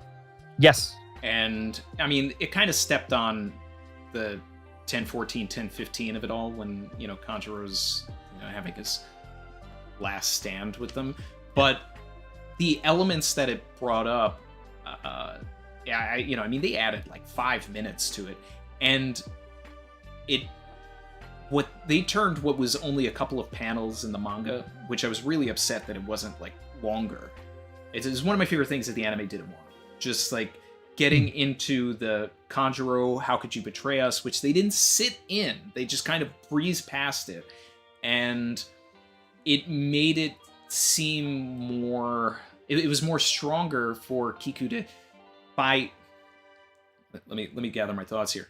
By going in deeper to Kiku's connection to Kanjuro in that moment, it made 10-14, like in the stab and everything, even better. Because when you're reading it, it's like, why is Kiku the one that needs to take down Kanjuro at this point? Like, why? Yeah, this should be, Kinemon's fight, if anything. Kiku, we technically just met you. And it's like, we haven't really seen you interact with Kanjuro. So having that was great. So if we just did something like that, where it's like, they're burying Ashura Doji, they're burying Izo, and Kiku's there and says something, and then even in the same thing, it could be the reunion between Kinemon and Otsuru, and it's like, these things that Oda breezed past can, just be in the anime. Because it's like, Kanjuro in particular was like the bigger brother to Kiku, but it's like something that's just kind of referenced and glossed over in the manga. Like, oh, this was a thing. It's like, oh, yeah, no, but they did it way better in the anime. And then I think at the end of Wano, when they're watching the fireworks, you see like Kinemon and his wife Otsuru just watching them together. Yeah. But like it's just one panel and that's it. Yeah. Right. I want to see them see each other. I want to see that embrace. I want to this. She's been waiting for you 20 years, man. Like 20 years, I don't want to see you guys just looking at the fireworks. I want to see what was the dialogue that was exchanged in that moment. What was the moment when you came home? Did she like cry, or was she just like, "Oh, hello, honey, you're finally home," and just like, "Oh my, I missed you so much, dear." And I really think, I really think Oda intended to kill Kinemon and then changed his mind last minute and then didn't know what to do with them. Because it's like... I can see that, yeah. He didn't do anything of note after coming back. And you think Kid's gonna be seriously dead after... No, I just want him to be. You just want him to be? Yeah. Okay. I think the story would have been fine if Kinemon died there. I think it would have been okay. Yeah. There's nothing else for him to do, really. Yeah, it sucks for Otsuru. I'm sorry, but he died defending your entire country, so there's something, honorable. Yeah. Your honorable death. Yeah. Yep. So, dude, that would have been. Oh man, can you picture the scene like if Kinemon died, and then at the end of Wano, instead of seeing the fireworks scene, we see like Otsuru inside the tea shop. And she's just making tea for everybody, and they're all happy. The people from like Ebisu Town, or not Ebisu Town, Bakura Town, are like coming over, and they're like, "Oh, thank you for the tea, Otsuru." And then she just looks over at like a little picture of Kinemon and her, and like little flower, little incense burning next to it, and like I think that would have been more powerful than. That's so much better. Yeah. It's so much better. Yep. So much better. I understand. Oda's excuse for this has always been like, if I kill characters, that gets it kind of depressing, and I don't want people to feel depressed. And this is kind of like. Meanwhile, he killed like 5 people over the course of the 2 wrap-up chapters. It's like, or if he does kill characters, it does that. He does it like I said, he kind of downplays them a little bit. It's not a big dramatic thing. He turned it into like just throwaway lines. Okay, Izu's dead. Yep. Ashura Doji's dead. Hawkins is dead. Orochi is dead. I feel like there was somebody else. And I get it in a sense, because like there have been instances where mangaka have straight up killed off like very popular characters, and people get very upset over that, like very, very upset over that. Like, I remember when Kishimoto killed off Itachi, I think there was a kid that literally just, like in China, I think there was a story where I read about that. And it's like, maybe some mangaka are just like, I don't want to even worry about that, so I'm just going to, I'm not going to kill off main characters like that. That's really intense, Yeah, Yeah. Kinemon should have gone though. Kinemon should have just died. That's it. Tebow died. They killed Tebow. Now it's the final saga. But did they? Did they? I feel like I held a funeral for the dude, so he better have been dead.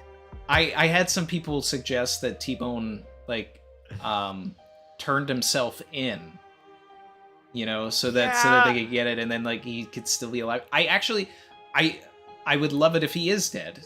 He's an interesting enough character, but we don't need him. We have too many characters. No. I made a whole breakdown, like a 40-minute long discussion on why T-Bone dying is a big deal given his personality. It's like the death of the morality of the Marines, because he was like the most lawful good out of all of the Marines. And now Kobe kind of is filling that gap. So, yeah. I like that. It says a lot. I'm good. Kobe, by the way, I saw some people talking about Honesty Impact is such a lame attack name. It is, but it's genuine on who he is, and that's Kobe. He's gonna be a good admiral someday. Yeah. Yeah, I think even if T-Bone is dead, I think it's a situation where that guy didn't actually kill him, and T-Bone offered himself because he saw all of these people that couldn't eat, and he was just like, all right, if you can get this money, then my life is worth it.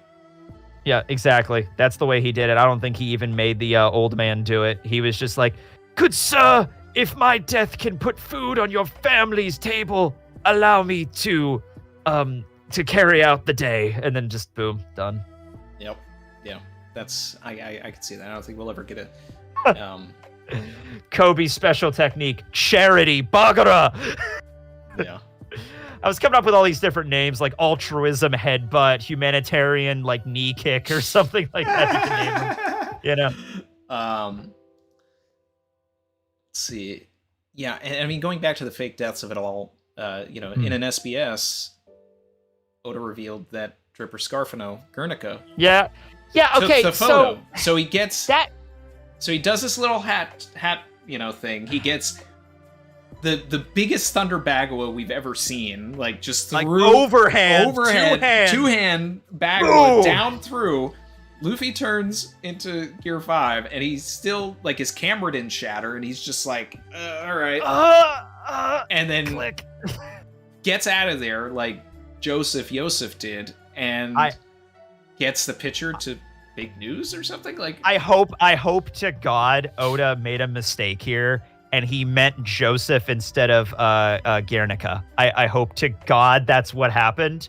Yeah, but probably I don't know, because it makes no sense even for him to take the hit, take the picture, and get out. Especially when Joseph was there in sight. He was there. He's the one that makes the most sense to take the picture and skip out. And then we see him leaving. It had to be him. Yes. I'm thinking it was Joseph. I'm that's my headcanon, unless Oda specifically shows Dripper Scarfino back in action again. Yeah, no. He shows up with just a bandage on his head, and that's it. Emphasis on the RIP and Dripper. Yep. Let me see those. Bogart is coming to save Dripper emojis, guys. Oh my God, there's a Dripper emoji. Yes. Oh man. It's the hat tilt. The hat tilt. That's cool. Yeah. Who the fuck is Joseph? It's Joseph was the lanky CP0 dude, the really tall guy. Schoolboy Collins for guy. For my fans. Yeah. They all have very interesting names based off of Picasso artworks and stuff. Yeah. I still use all of the names that I give them. When Oda doesn't give a character a name long enough, I'm just like, all right, we're naming. I'm like that with the Gorosei. I'm still gonna call him Samurai Gandhi. I'm not calling him Ethan. Just his name's Samurai Gandhi. Come on. Look at those drippers in the chat. That. Oh my God, there's so many drippers. That's what we're here for. And the episode where he died was, aired last night. Yeah. So this is the last time we really get to revel in this moment. Dude, I really hope he's not still alive, because that moment just showed the solemnness of like, okay, these are Cypher Pool Zero agents. They do what they're told, but they're still like, they're not puppets. They still have their own like mortality and their own sense of like preservation. So they get an order like, you need to go stop Luffy and Kaido's fight. And like, I'm going to die if I do that. Like, yep, well, there are your orders. And he's like, all right, you live by the government, you die by the government. I guess I signed up for this. And then the moment where he doesn't even say anything to Kaido, he just like, Kaido even gives him a moment, like, any last words? And he's just like, nope, I know what I'm doing. I'm aware. He's the god Just maker. do it. Yep. He's I'm the aware. MVP of Wano. He's the only reason I got out of there. I guess that's true. Because honestly, despite how cool that scene was, especially in the anime, like when Luffy was about to use the Overkong gun against Kaido, and then Kaido has the dragon aura coming off of him and he's charging. I'm like, if that clash were to have finished without Dripper showing up, I think Kaido would have won that in exchange. Yeah, I think so too. But Luffy's attack wouldn't have done it, but he did it. He's the one that saved the day. Yeah. Wow. Yeah. The scene with him and Drake, is so telling too, because it's just like, yeah, that too. That was a good one. Like, I envy you, right? And that's why I feel like I still feel like Cypher Pool Zero is a bunch of government slaves. They are. Like they are. When the government can't kill you because you know too much, but they also can't put you in jail, I feel like maybe they give you a choice. And it's like, hey, Cypher Pool Zero. You have to follow everything you have to protect the Celestial Dragons, and you have to do everything that we're doing, but you'll have a little bit of freedom. You'll be able to move around. You're not going to be in a cell, but you have to do what we're doing, because it's the only way I can justify all of CP9 from Enies Lobby. Like, joining Cypher Pool Zero after the cover story, where they were disowning the government, and then 2 years later, they're in Cypher Pool Zero.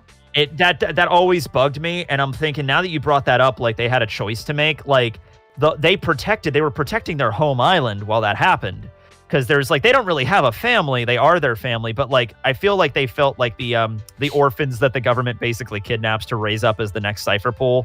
They're kind of like, oh, they're like us, so we're going to protect their home island. What if the government just threatened to like, we're just going to kill all these orphans if you don't come back and join Cypher Pool Zero? And they're like, shit, okay, well. There had to be something like that. I can't justify it otherwise, because it's... Yeah, because they were done. They were like, we're out of here. You've screwed us over. You tried to kill us with the Buster Call. We're done. And now they're back. So, yeah. Yep. Do you think Drake is dead? No. Okay. Do you? No, he's probably not dead. I made a joke about it. I'm gonna make a tier list video ranking the supernovas in order of disappointment, and to see where least disappointing to most disappointing. I'm not sure where Drake's gonna fall on that. Drake just didn't have enough to do in Wano. There was too many moving parts. We see Drake leave Hawkins. So he left Wano. Hawkins died. So Drake will come back. I mean, it could be a situation where Drake runs into Law and Beppo while they're swimming along as well. If Oda wants to tie them together once again. Yeah, Drake, he just, like, the people he fought against, it just wasn't good matchups, really. And like I said, Oda shoved a lot of the supernovas in Wano, and some of them are going to fall by the wayside. Yeah. But I do love the addition of Bonnie and Egghead. Oh, that's perfect. See, that's great, because that was set up and everything like that, and we now know Bonnie's relationship with Kuma, and finally learning about her whole stuff. And so, like, and I actually kind of forgot she was on Egghead for a while, because her stuff is so separate. But so do you think with these Marines arriving, now the battle getting started, Bonnie is going to get involved in this directly? Like, she's seen the memories of Kuma now, and she's like, I know what, like, she wants to leave the island, or she wants to stay there and do something? That's a good question. Yeah. And it's not something that I necessarily thought of in terms of like what she would do now knowing the memories, but it also depends on what Kuma knows. But what Kuma would know in the memories could be like anything that the revolutionaries know. Yep. So she could get galvanized in this situation and want to stop the Marines even more. Or maybe she knows something that is of such importance that she's like, none of this stuff matters. We just need to leave because we need to do X, Y, Z. We need to just go. Like, I now understand everything that my father was trying to do, and we can't be here right now. Bonnie's just like, I'm no longer a pirate. I'm a revolutionary now. Let's do it. Let's tear down the government. Pretty much. It's like, okay, shit. Okay, Bonnie, damn. Okay, let's do this. I want Bonnie's story to coalesce with Zoro's story on Egghead. Okay, yeah. So I want Zoro to get lost and end up in the paw room. I mean, that's a perfect way to do it. I mean, they're running away right now. They're chasing after S-Hawk, so yeah. I love that scene where Luffy's like, hey, Usopp, go chase after him, and it was just Kaku. It's like, my name's not Usopp, what? But yeah, Zoro can end up getting lost, show up in the paw room, Kaku finds him, and then that's where Bonnie kind of meets up, and then they might have a battle with S-Hawk there, I don't know. It's possible, you know, or Garcia, you know, like, you know, what happens if Bonnie uses her powers on one of the Seraphim to make them like, they can make them older and more strong, like actually like the adult form of like Mihawk? That's an interesting paradigm, but they're also like artificial beings, so that's interesting. But would it not actually age them? Would it just age the substance that they're made out of, like whatever metal because it is? Does it rust them? Like, I don't know. There's some weird. They're like. Are they organic or are they metal? They're organic. I would imagine part of their brains have to be organic because they're able to kind of think for themselves a little bit, but they also have like that security measure programmed into them. So they're cyborgs. They're organic and mechanical and with green blood and Lunarian DNA. It's like a whole hodgepodge of what they're made out of. They're Terminators. Yeah. It's they're organic living tissue over metal endoskeleton. Not even living tissue over metal endoskeleton. It's just like they still have like organs and stuff, I would imagine. Like they still have, I think, an organic brain, or like partially an organic brain. That's the way I'm thinking of it. Yeah. I don't know, man. Vegapunk really is a mad scientist with this shit when you really stop and think about it. Yeah. No, but I mean, when Bonnie and Zoro had interactions in the archipelago that were tied to the Celestial Dragons. And I feel like there were different ways to do that. Like if Saturn is after Bonnie, right? Because, you know, there's even that scene with Akainu, like the government, it sent a shiver down everybody's spine when you got out, you know? So it's Saturn may be very interested in capturing Bonnie as well, and then that's an opportunity to invert her saving Zoro from Charlos, Zoro saving Bonnie from Saturn. Yeah. And we're definitely going to see probably Saturn's like form like realized here in this arc, I would imagine. Yeah. Ricardo Perez said Garp Seraphim coming next. I do not think so. I think that all of the Seraphim are just going to be the first 7 warlords, and that's it. Yeah. I don't think we're getting Seraphim Law, we're not getting Seraphim Buggy, we're not getting Seraphim Blackbeard, and, you know, the only other one that really makes sense would be Seraphim Kaido, because that he has the DNA for Kaido. They have the DNA on standby, yeah. But it only makes sense because all of the original warlords were based on animals, and it's a Japanese folklore thing. Kentaro, Sentomaru controls them, you know, or, you know, is like the leader of them, and Kentaro could talk to animals. S-Bear, S-Hawk, like you can attribute an animal to every original 7 warlord. You can't do that with Garp. You can't do that with Law. No. You can't do that with Buggy. I mean, with Law is a spotted seal, but I think Otis specified that once. Blackbeard, not so much. Yeah. And also keep in mind with the Seraphim, like the Seraphim are like prototypes or like the first generation. Like, Vegapunk just made these things. So maybe if the program continued longer, maybe we could make more Seraphims of like strong Marines and stuff. But I don't think Vegapunk's going to be making any more after this incident. Or we get the Cherubim. Yeah, there we go. We get the DLC Seraphim pack. Yeah, you know, and it's the Emperors. It's the Emperor's next, yes. And then the Ophanum. Lucy B, member for 25 months, said, which Vegapunk would die and why? Well, I mean, some of them might already be dead. Yeah, I mean, I don't think Shaka's coming back. Pythagoras looks pretty dead. He was ahead, and then he got stepped on and blown up. So I don't know. But Pythagoras and Edison are more robots than, I don't know. I guess they're all robots because Atlas did say, oh, we could just switch out our faces. Some of them are more human than others. But yeah, I'd say Thaggy could die. Yeah, I think if the only one that probably gets away is Lilith because she was the first one that she's the most protected out of them, I think. She was petrified, so she'll probably still be okay. Edison, I think, was attacked by S Shark, but he's not like destroyed or anything. Yeah. Stella's gonna die. Ooh, no. I think Stella could die, but I don't think it'll be on Egghead. I think we'd leave Egghead with the Stella and maybe Lilith.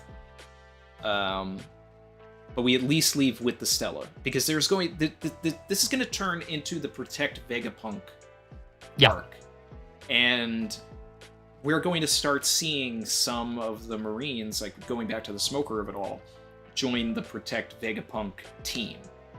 So, oh wow, I didn't even, so like a whole new faction just comes up of just like, no, that's where we're drawing the line. You're not killing Vegapunk, and then like this is like Marine Civil War or something. That's what I want Egghead to be. Yeah.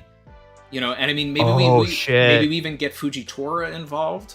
I love that idea, Randy. That is so cool. Marine Civil War. Yeah. Kizaru has to pick a side. Yeah.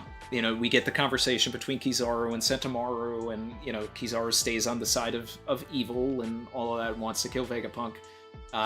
Smoker would be Team Vegapunk.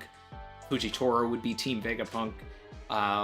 We'll get some of, some random Marines, that'll end up being, joining the fray with Smoker as well. But then we'll see I want to see things like Smoker versus Momonga, or Smoker versus Doberman. I want to see this, and ultimately maybe getting to a point where either Smoker sacrifices himself for Luffy, or Vegapunk.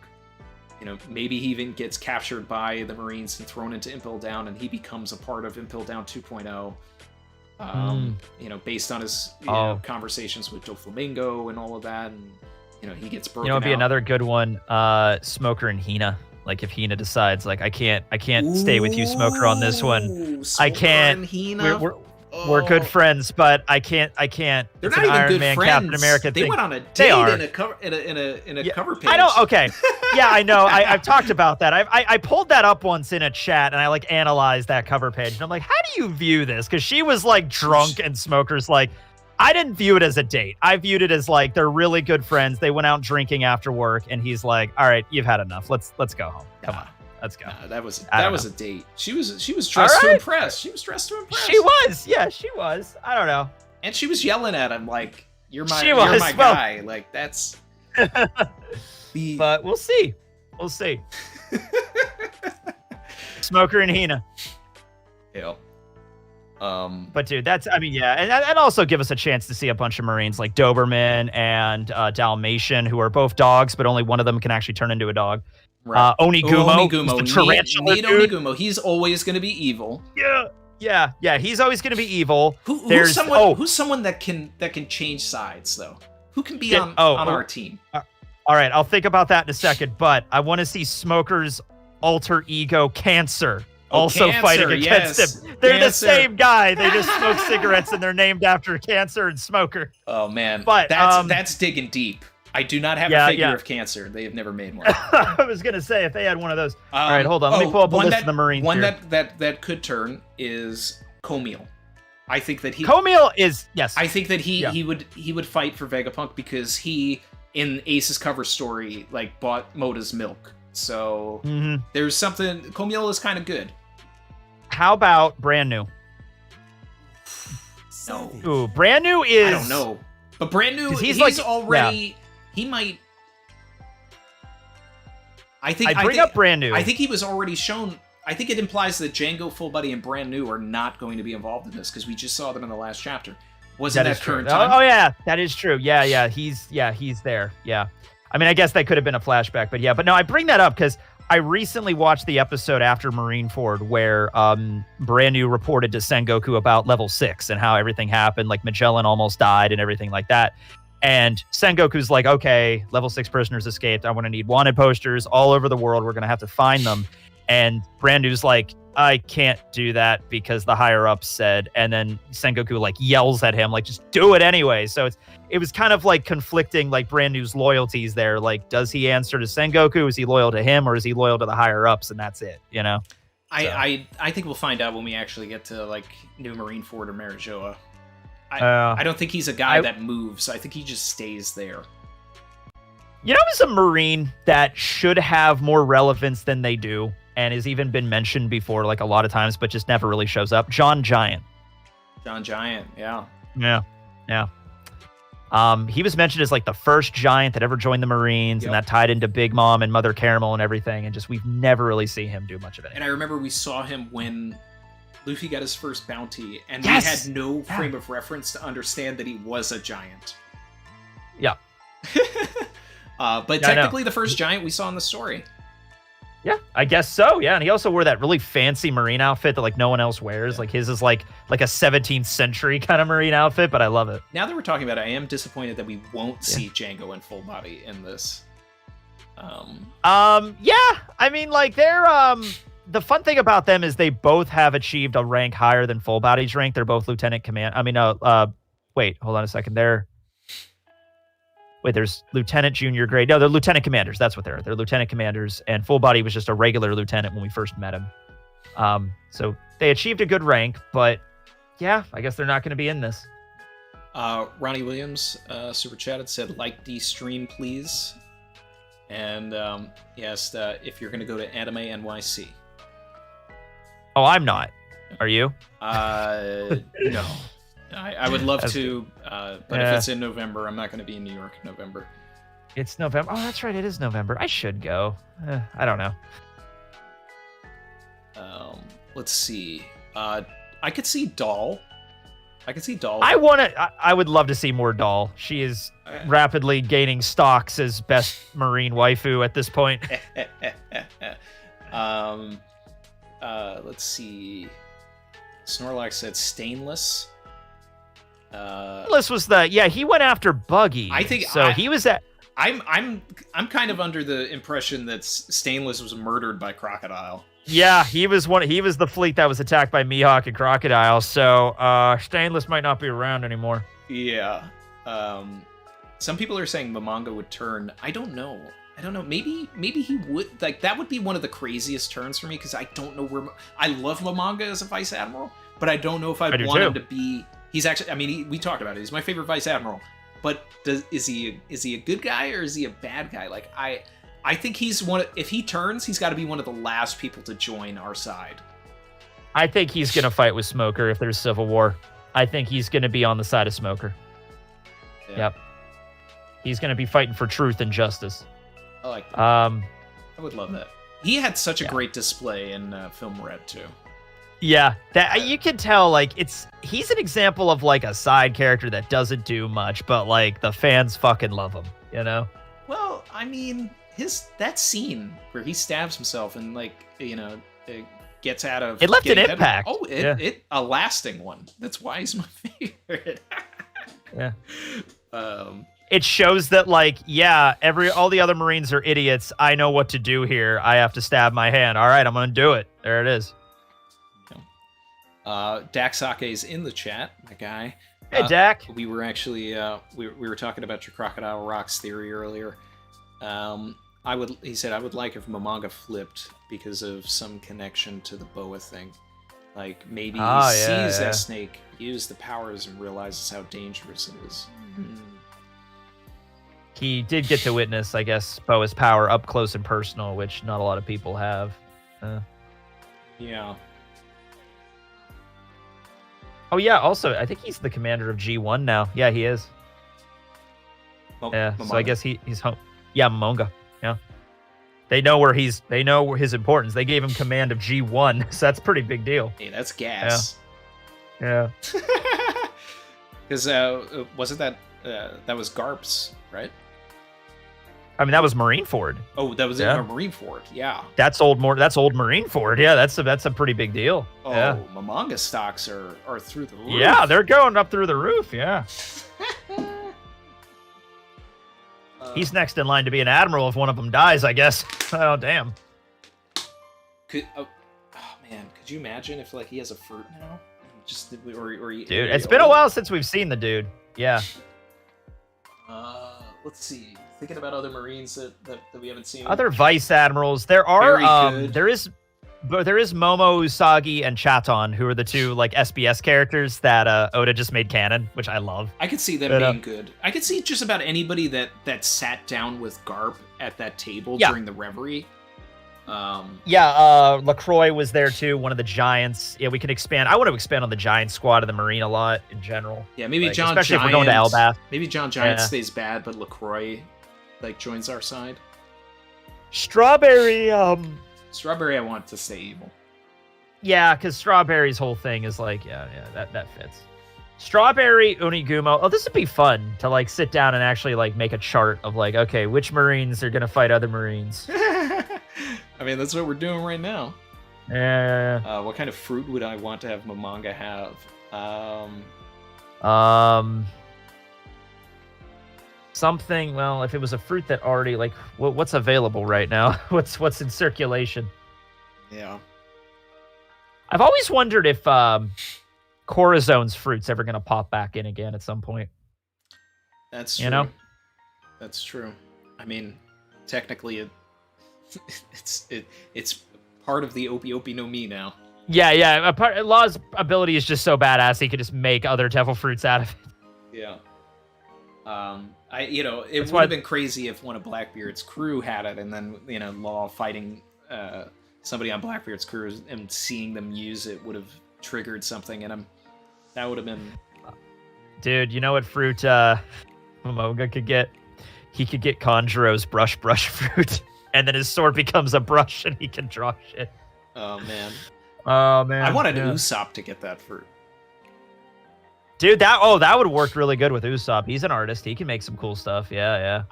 In one of, the first thing he said when he joined the crew was, something along the lines of leave the painting to me.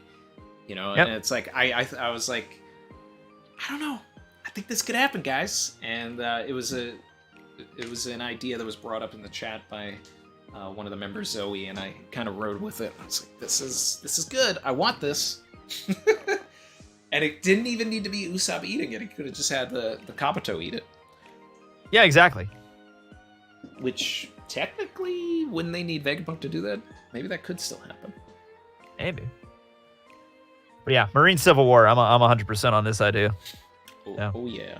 And then the Straw Hats could just kind of get away while that's happening, and then Blackbeard, Lafitte, and Davon could do their thing while that's happening, and then Yep, it's a great distraction. They're all fighting each other, and it's like, okay, guys, let's take this opportunity to get out of here. Let's get some stuff and get out of here. Yeah. I mean, after this is over, you really got to think of all the stuff Blackbeard might have at his disposal. He might have the poneglyphs from Law, and the Katarina Davon could turn into Saint J. Garcia Saturn, and they might have a Seraphim. And they have Garp. So my God, yeah, like they have a lot of stuff working for them here. What if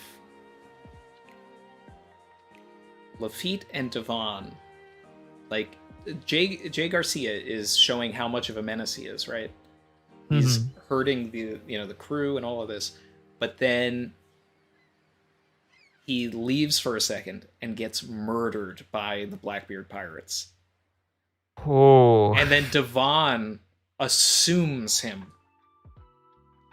And then Devon approves as Saturn Hachinosu becoming a state, allowing Blackbeard to get in and infiltrate just like he now pull down. I don't know. I think another aspect of this I addressed, because I based this off of a question somebody asked, like, if Katarina Davon could turn into Saint J. Garcia Saturn, would that like fool Eam? And I'm like, I don't think that would fool Eam or the other Gorosei, but it doesn't need to, because if a Gorosei gives an order to the Marines, they're just gonna do it, no questions asked. So, yeah. I'd love that. Yeah. Love that.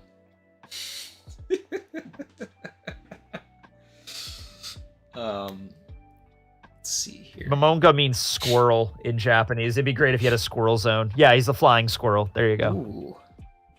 That'd be that'd be wild. It'd be weird, but it'd be very weird, but you know, it's Oda weird. I'm okay with it. Davon is about to go crazy when she sees Lilith in York. Yeah, her backstory is like she's just a serial killer that kills beautiful women and uses their heads as trophies. So yeah, well, that's for one reason I want to see Davon fight against like Nami or Robin or both, and then see how that goes. Yeah, yeah, I think it's got to be Nami. Yeah, it has to be. We're definitely having the one-on-one for each of the 10 Titanic captains and the Straw Hats. So some are obvious, like obviously Shiryu's gonna fight Zoro, Augur's gonna fight Usopp, like that's straight up. But the other ones sometimes there's like who would Sanji fight? Kind of. It's Lafitte for me. I need the heat on Lafitte. Heat on Lafitte. Jinbei against Burgess would be nice because Burgess has like the strength fruit, so it's like, oh, I'm super buff, you know, ooh-wee. And then Jinbei's like, yes, you have strength, but you haven't honed yourself with martial arts. And then boom, and then, you know. I could see that because they're also both the helmsmen of the ship, of the crew, so that I'm cool with that. I also like the idea of Frankie fighting him, champion versus champion. Yeah, kind of like, champion versus champion. You can see, that's the thing with some of these. You can see both ways. Yeah. But I could also see a situation where Burgess ends up being like the Bluno of the crew. Yeah. Where like he ends up fighting Luffy and Luffy just like downs him. And downs him in one hit, yeah. And him having the strength fruit and Luffy beating him like handedly would show us where Luffy is in the story also. Absolutely.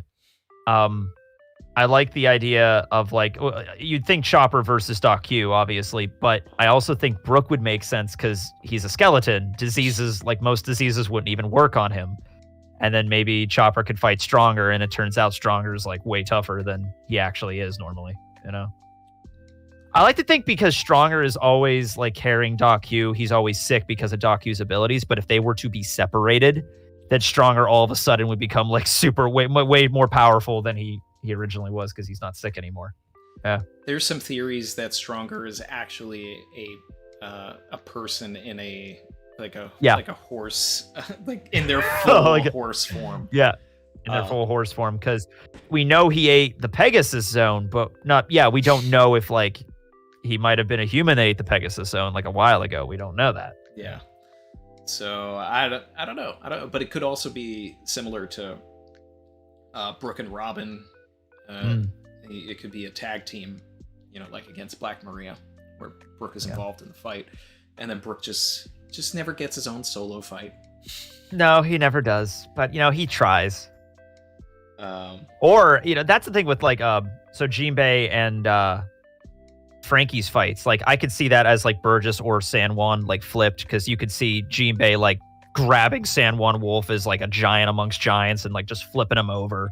You could see Frankie fighting him too as like in his mech, you know. So you can kind of see like one or the other. Another thing too is Vasco's shot. You know, now that we know what his fruit is, and it being water based, that could be a Jinbei battle right there. It could also be a Brook battle, because maybe the booze wouldn't affect. No, actually, it would. That would actually be that it depends. Would it affect a? No, it shouldn't affect a devil fruit user. If you're just like being also Frankie, because Vasco runs on liquor, and you know Frankie runs on cola. What happens when Frankie puts alcohol in himself? I don't know if that's ever been answered. No, it wouldn't, but it hasn't. But I'm interested to see what happens. Whatever his hairstyle is from that. Yeah, he pots some like Jack Daniels whiskey in there, see what happens. And then his hair turns into Fabio.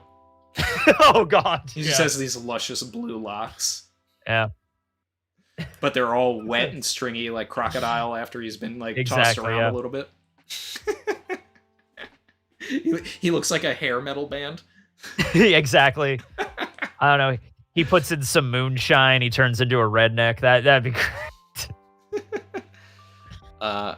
Terrence Matthews said, I can see Sanji versus Vasco. I think Vasco might be a drunken fist user, martial art versus martial art, fire versus fire, perv versus predator. I see where you're going with it. I just personally wouldn't want it. I love the idea. You want to see Lafitte. I really do, because I want the two sneaky guys on the crew to fight. You know, a lot of people are like, oh, Lafitte versus Brooke, because they both have canes. And I'm like, I think that the original... You have a cane, I have a cane. We have to fight. Right, yeah. But I think that a lot of the original Blackbeard pirates should fight... The original Straw Hats? The original Straw Hats, yeah. Some people think that Sanji should fight Burgess, you know? Also, I mean, there is a thing where, like, we could have the fights happen. Like, with CP9, like, Sanji fought Khalifa very briefly. And it's like, oh, we're getting Sanji versus Khalifa. But then it's like, oh, no, that's not going to be the real fight. It's going to be Sanji versus Jabra, Nami versus Khalifa. So we can move around a little bit, too. Exactly. Yeah. And that's why I think if we get Sanji versus Lafitte here... Maybe we don't need it later. Maybe, you know, maybe it is Sanji versus Burgess. You know, it's like, and we find ways for the core 5 Straw Hats to fight the core 5 Blackbeard crew. So, you know, and then maybe it's actually like Nami versus Lafitte or something. Yeah, I thought about that because they're both navigators. If we're just going a 1-to-1 on that, yeah. I'd say the only ones that are set in stone is Luffy versus Blackbeard, obviously, Zoro Shiryu, and Augur Usopp. Those are so obvious. Yeah, set in stone. Yeah. Did we mention the Lafitte is Hatori theory yet? I brought that up in the review yesterday. So the reason that doesn't make sense, there's a number of reasons, but the reason I don't think that makes sense is Hatori was like with Lucci at the end of Eni's lobby after he was knocked out by Luffy, and he didn't leave his side while he was in a coma for like 2 weeks. Shit. And we saw Lafitte at Bonaro while that was happening. So, and there's a bunch of other instances where it doesn't fit. Yeah, it's a cool. I get it. It's funny, but yeah, but it's not. No. Also, that would go weirdly against like every other rule we know about zones where he's able to turn into a pigeon, but he can actually like shrink to the size of an actual pigeon. Yeah, exactly. God, a pigeon zone would be just a giant pigeon. It would just, also it'd just be lame if that's all Lafitte had, was like, I have the pigeon zone. I was like, that's it? That's all you have? Okay. I thought it was going to be something cooler, but all right. Yeah. But, you know, then again, I mean, I really like Augur's fruit, but... Oh, that's, yeah. But Burgess's fruit is just like, I think we could have done better than this. Well, he tried to get the Marimara no Mi first, Randy, and it's just, he didn't get it, so it's like, all right, I guess I'll go with the strength fruit, I guess. It just, a lot of it just seems so basic, and like I like what Oda did with the island fruit, but when it first came out, I was just like, Pika 2.0? Come on. I mean, every devil fruit, not every devil fruit, but most devil fruits have an upgraded form, so I was like, okay, I see what you're going with that. Yeah. I think I just feel like we're at the point in this story where Oda's just recycling things. But then again, I mean, he was less than 5 years into the story, and he he was 10 years into the story and was already recycling with Dressrosa. Yeah. 15 years. But you know, we love him. He tries. Yeah, exactly. Yeah, some plot beats repeat. Yes. Dax said, I feel like Hattori being hypnotized by Lafitte to funnel information is possible. That's funny.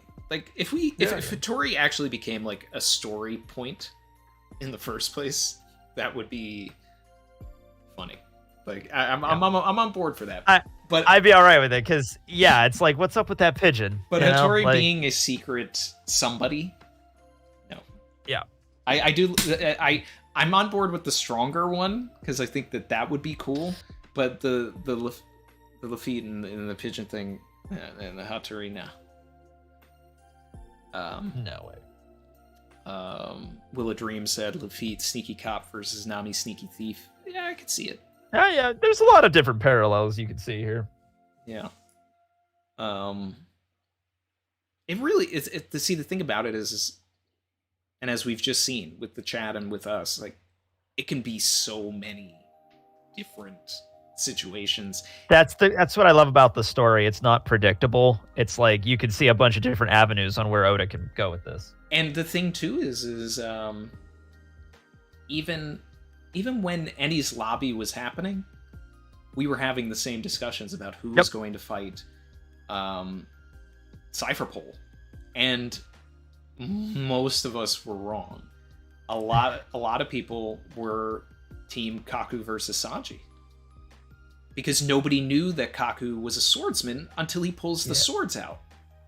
Exactly. So it was actually, a lot of people thought that, going into Eni's lobby, it was going to be Zoro versus Bluno.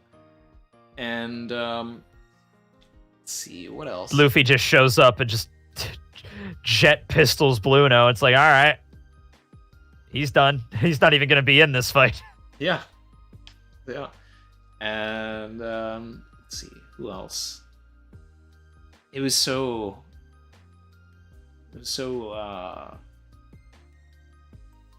mishmashed.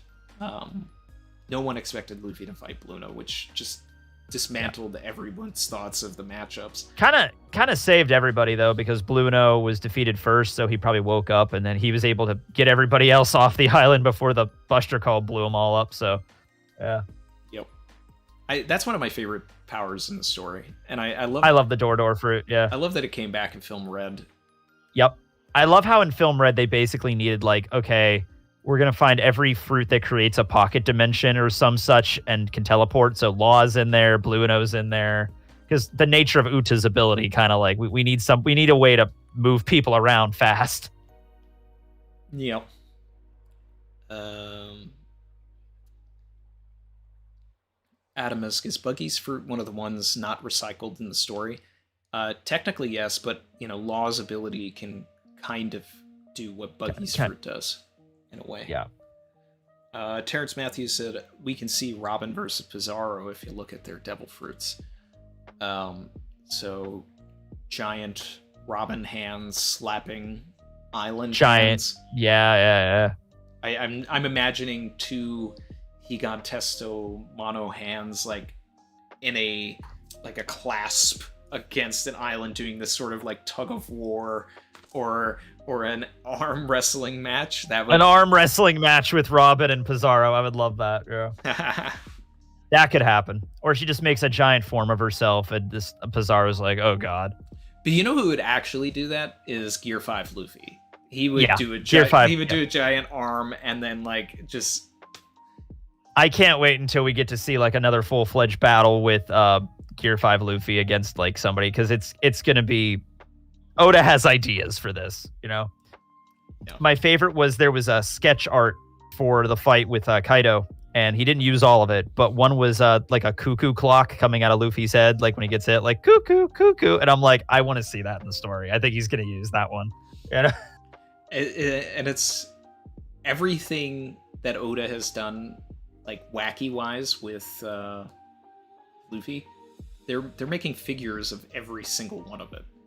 God, like Goggle Luffy, like when he took the goggles off to like attack. Well, they haven't got to Goggle Luffy yet, but that's definitely going to be one. But I mean, like they have running Luffy, they have eye popping Luffy, they have throwing a lightning Luffy, they have flattened Luffy, they have Luffy getting hit by the Kanabo with the spikes coming out of him. Luffy. Did you see this? This is great. This is I saw some artwork of it. It was Rule 63 Luffy, like as a woman going into Gear 5th. And he's just like, gummo gummo no airbags. And then using her boobs to like stab Kaido in the eyes like he did in the ability. And I'm like, okay, number one, that's hilarious. And number two, if Luffy was a woman, I can 100% see him using that as an ability. It's about to get spicy. Oh, my God. Yep.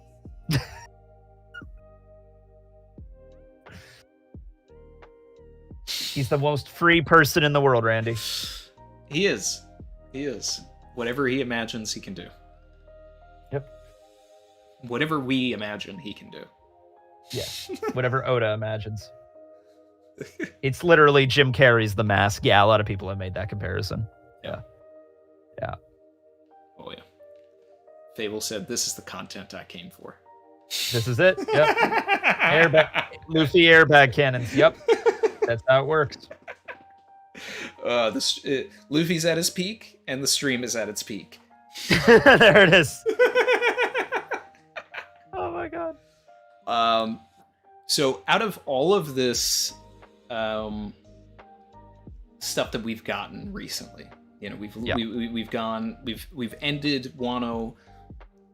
We've seen outside of the world. We have gone back to the Reverie. We have seen Shanks. We've seen all this stuff with Garp and Kuzan. Everything with Sabo, Cobra, Vivi. What has been your favorite thing in the last year? Oh man, the last year. Because it's been a year. Yeah, it has been a year. Yeah. Just like, or maybe let's narrow it down. What has been your favorite thing that has been not Egghead? Like we've left. Okay, yeah. Like we've left Egghead, and we've seen a bunch of stuff outside of the world. What was if I have to objectively say like the best thing in the last year, that's probably just going to be the reveal of Vegapunk finally. But no, outside of Egghead, it's a toss-up between seeing Dory and Bragi again, which was a really great joy. And then also not seeing it, but this is what the Gorosei can do. This is what Eam is. I'm like, that's the big questions of the story that's being, addressed here. So I would probably go with the chapter like we had before the break, where we learned all about the Gorosei forms. We see those, and then Eam's form. So Artur made a video where he talked about a theory revolving that, and I like that. It's so Eam is basically the power of nature, the power of the ocean. So it would make sense why they're a shapeshifter and just water, so they could just make themselves huge. But also when Eam slashed Sabo with that tail, you see something dripping off of it. So it could be ink, could be paint, could be water. But then when Sabo got slashed with that thing, even with hockey, you could say that okay, he got hit because, it was hockey. But Sabo was in insane amount of pain. His eyes went white from that. It's maybe he's being struck by the raw power of the ocean, and he's a devil fruit user. Plus he's made of fire. So that's a lot of damage from that. I actually liked more what he was saying about Eam being the god or the form that the Yami Yami no Mi was made from, and that's why Blackbeard actually sought out that fruit, because Eam is just without a fruit darkness. Yeah. And then from that is what the Yami Yami is. So so it's Blackbeard's just Dollar Tree Emu. Dollar Tree equivalent. Yeah. But then it also makes sense why it damaged Sabo the way it did if it was the antithesis to all devil fruits or something. Yeah. And it would also, explain why the darkness fruit, I'm just thinking about it now, negates devil fruits. But I love that you brought up the Dory and Bragi thing, because that was fun. I knew when we went to Elbaf we would see them again, but tying them to Shanks was really gratifying.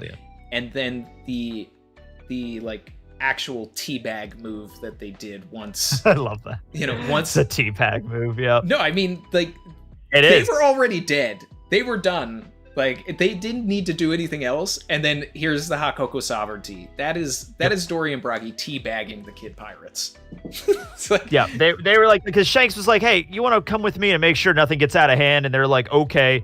Shanks clearly has this handled. It's yeah, well, we're here. We got to do something. Yeah. Do you think their fight ended, or do you? I just realized they could have just postponed it. They could have just been all right, we'll get back to this when we come back. I think their fight either ended or they realized that they didn't need to be fighting. Yeah. They were inspired by Luffy in some way, and that's... It could have been a thing they started fighting over, just a silly thing. It might have just been a thing where they're hey, why are we fighting? I don't know. All right. I mean, they're fighting for like it's more than just the cause. It was like the honor of Elbaf and everything like that. I always thought also they could have gotten a word from Odin, like their king could have been like, "Hey, you need to come home now. Like this is silly. You need to come home. The eyes of Elbaf has deemed you both great warriors of legend. Come home. We need you." And they're like, "Oh, okay." And no. Let's see. Yeah, my favorite things, the last little bit is just been everything cross guild. I think it's the greatest faction that Oda has created in years, and I also loved the reveal of Nefertari D Vivi. Yeah. Very motivated. Super chat and said, "I can see the Blackbeard pirates actively trying to set up bad matches for the Straw Hats, but as the war plays out, the matchups shift to more advantageous ones for the Straw Hats since they're the fated crew that'll bring the dawn." I can see that. I like that. So everybody's like fighting someone really weird and it doesn't make sense, and then at some point they just musical chairs and get the right yeah, there you go. battle. Yeah. That's fun because then everybody gets a little taste of, different yeah, things. It's like Sanji fights Davon and he can't hit a woman, so it's like, oh shit. Like, and then it's I like, don't even okay, want to we gotta switch that because I think we'll get if we get what I want with the Seraphim Crocodile, we'll never have to do that again. Okay, all right, we'll see where that goes. But it could be a situation where it is like Sanji versus Burgess, and then it becomes Lafitte, or he is fighting Vasco, and then it becomes Lafitte or Burgess, or or Pizarro or something. I don't know. There's a lot there. Jackie Chan. Oh, Jackie Chan's in the chat. Chan's in the chat. Cool. Holy crap. Hey, Jackie. 100 years of Jackie Chan. Congratulations. Jackie Chan. Peace.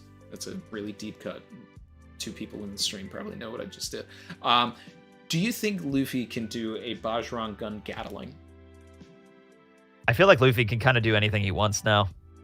Like, we've seen Luffy be a giant. I mean, Luffy's going to learn how to, like, basically, like, he could change his body. Like, if he wanted to turn into a dragon and fight, like, as a dragon, like Momo or Kaido did, he could probably do that now if he really, really wanted to. Probably. He's the most free. That's kind of the whole point. He breaks all the rules now. Fable said, let's get into that Elbaf talk. Oh, are we ready for the Elbaf talk? I don't know. Elbaf, dude, like, okay, would you think the Straw Hats would just head there next then? I think that if they were gonna go, I think it makes sense. So if it's a situation where we need to leave fast, which is what I expect the incident requires. It's we're basically recreating the end of the archipelago where we're just overwhelmed and we have to leave.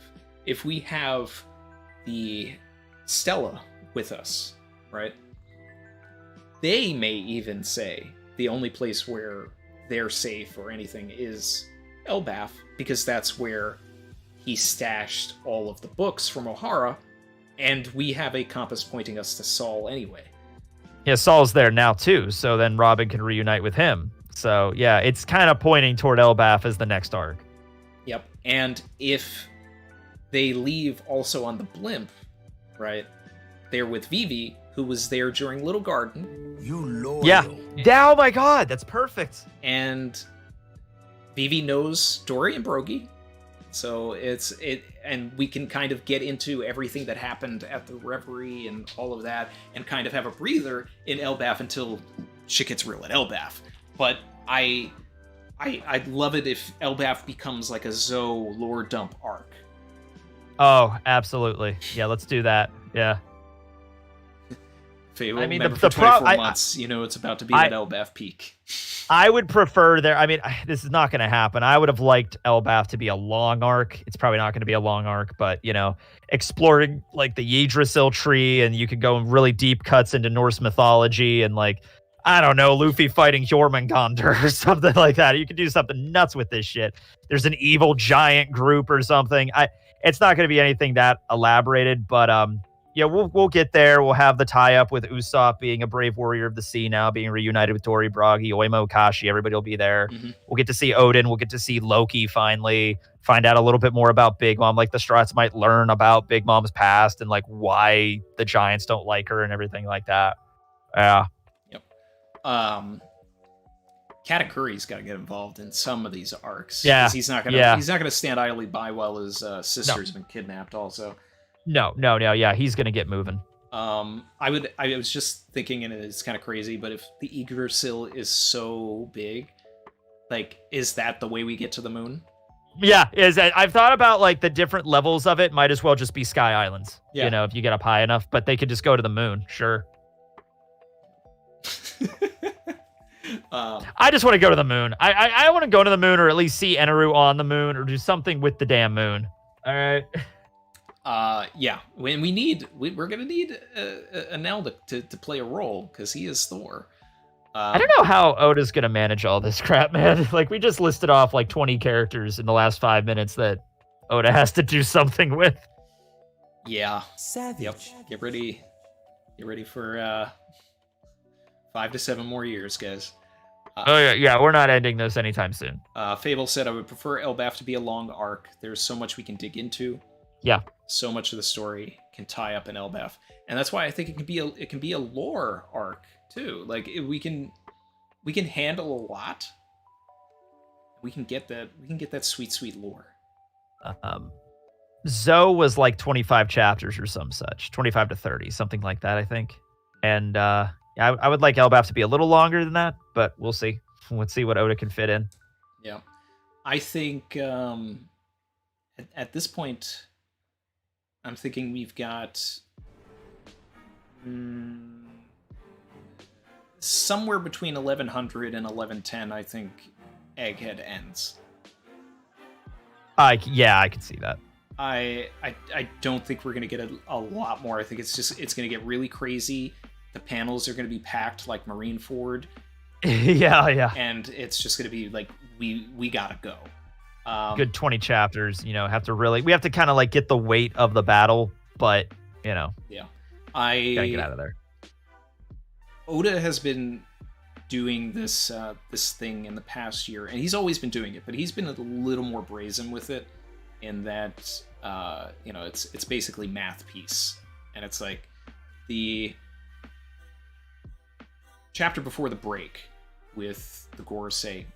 Yeah. We got there, basically reintroducing them and actually giving us their names was the anniversary of their introduction.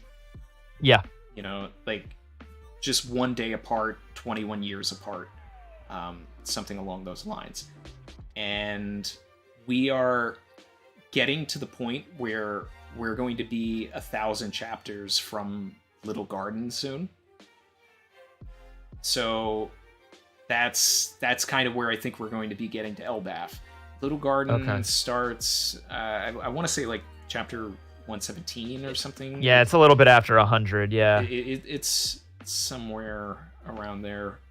I think we'll be in Elbaf during that time, and Vivi was introduced in chapter 103. So I'm thinking chapter 1103 is going to be something Vivi centered. It's set to it's going to come out somewhere close to her birthday as well, which is another thing. Oh my god, that's perfect. That Oda does. This is setting it up. Next year's Year of Vivi. It's gonna happen. Yep. Year of Vivi, Year of Elbaf. Yeah. And then we'll probably, eventually, once we get into the 1200s, we'll be getting into some spicy, like, crocodile stuff, because it'll be 1,000 chapters from Alabasta. It just keeps going. Yep. It keeps going. Brandon King said, will we learn on Elbaf about non-Elbaf giants? Maybe. I can imagine, I could see that being like a side thing kind of referenced. Like, yeah, like all giants' homeland was Elbaf, but a long time ago, some left and built communities on other islands, Imagine it would all be the islands. It would be the giants that aren't a big fan of the whole warfare aspect of Elbaf. They're like, we're just going to leave and then build communities other places. And they're like, okay, just go. And then that's where Saul was from, Yeah. And yeah, it's just, like Oda was doing this thing also where when we were going and checking in on all these other characters, it was like cross-scale chapter. Oh, it's Buggy's birthday. Oh, it's Shank's birthday. Oh, it's this. And we're seeing these characters and it's like, oh, it's been 1,000 chapters since this, 100 chapters since this. And it's just like, Oda is like, he's got like a murder board, I think. And And he's just Pepe Silvaing like, oh, okay, I'm not going to do this until this number. I'm not going to do this until this number. It's a little restrictive to do it like that, but I love him for it because it's like he's putting secret codes in his story or whatever. Like, haha, did you get it? Yeah. Oh my god. But I'm here for it. Me too, man. I'm excited. And all this talk about Katakuri and nothing about Oven or Moscato. I mean, look, Oven's great. I don't mind Oven coming back, but Moscato, I don't need to see anything of Moscato again. Yeah, he's not dead. He's still alive. It's just that who cares? So dumb. I mean, like, I don't think it's so dumb in the sense that like she ripped out his soul. They did try to gather up some of his soul and throw it back into him. He might be dead in the next year or something. Yeah, it's whatever. I don't know. Yeah. It just takes It does. Takes the life out of that panel, which was so crazy. Literally of her pulling out the soul of her own son. Like, we should go back through the whole series and be like, okay, let's find every instance where this person should have died and just like, okay, so Pell's dead, Moscato's dead, Pound is dead, Gaia and is go dead. through all Gaia is 100% dead. Kamakiri. Yeah. If you look like you're dead, you're dead. Yeah. Genbo. I don't know. Oh, Genbo. Yep. Yeah. Ace is dead. Oh wait, that actually did happen. Wow, okay. Yeah, we're crazy, right? Saul is dead. Yep, no, Saul's 100% dead. No, I actually like Saul being alive a lot. Yeah, I am too. Like that one's a little bit more because we didn't see him like get mortally wounded or something. He just got frozen. So it's like, okay, you can kind of see where that goes. Yeah, but it's not like Saul isn't coming back for a fart gag. Like Saul's coming back to tell us about the true history. Like this is something that Oda, I could reasonably believe, had planned. And there's a difference between having this like grand death and then coming back and not serving the story like Pell, right? Just being a background character. Or Kinemon. Yeah. Or Kinemon. But I mean, Pell is an egregious example. Pagaya is an egregious example. Like he came back for a joke. The joke is funny, but it undercuts the sacrifice, Yeah. Then you have a character like Saul who has this great dramatic sacrifice, right? But the potential of what he holds in the story to provide by being alive, being the keeper, being the librarian of Ohara is so strong. And that's a good fake out. Yeah. So I'm excited for that. He mixes in the ones that are kind of lame so that when you get to the big ones like Saul's that actually mean something, it's like, oh, okay, this does make a lot of sense. Yeah. But the thing is that you've burnt so many people that there are a lot of people out there that actually are against Saul being alive because it's just another fake out. But I think we actually need to get to Elbaf and people need to see what he's I just providing. can't wait. I can't wait for the Robin reunion with Saul. That's going to be Robin, like the most emotional she's ever been in like her whole life. And that's going to be like next to like the I want to live scene. She's just going to start crying and it's going to be like, oh my God. I'm so ready, man. I'm so ready. I'm so happy. She's going to be so happy. Just the idea of Saul coming back and the panel of her like realizing that he might be alive, that was emotional. I'm so ready. And shout out to Ghost for subscribing. If you haven't already, like, comment, subscribe. If you are feeling the vibe, you're here. The vibe. Shout out to Karan Brown, who said, if Carrot didn't get the snow fruit, I could have seen her with the art fruit too, all hypothetical. Yeah. Yeah, because she was an artist. Yeah, she's an artist. That was her little shtick in Whole Cake, yeah. That would have been fun. Yeah.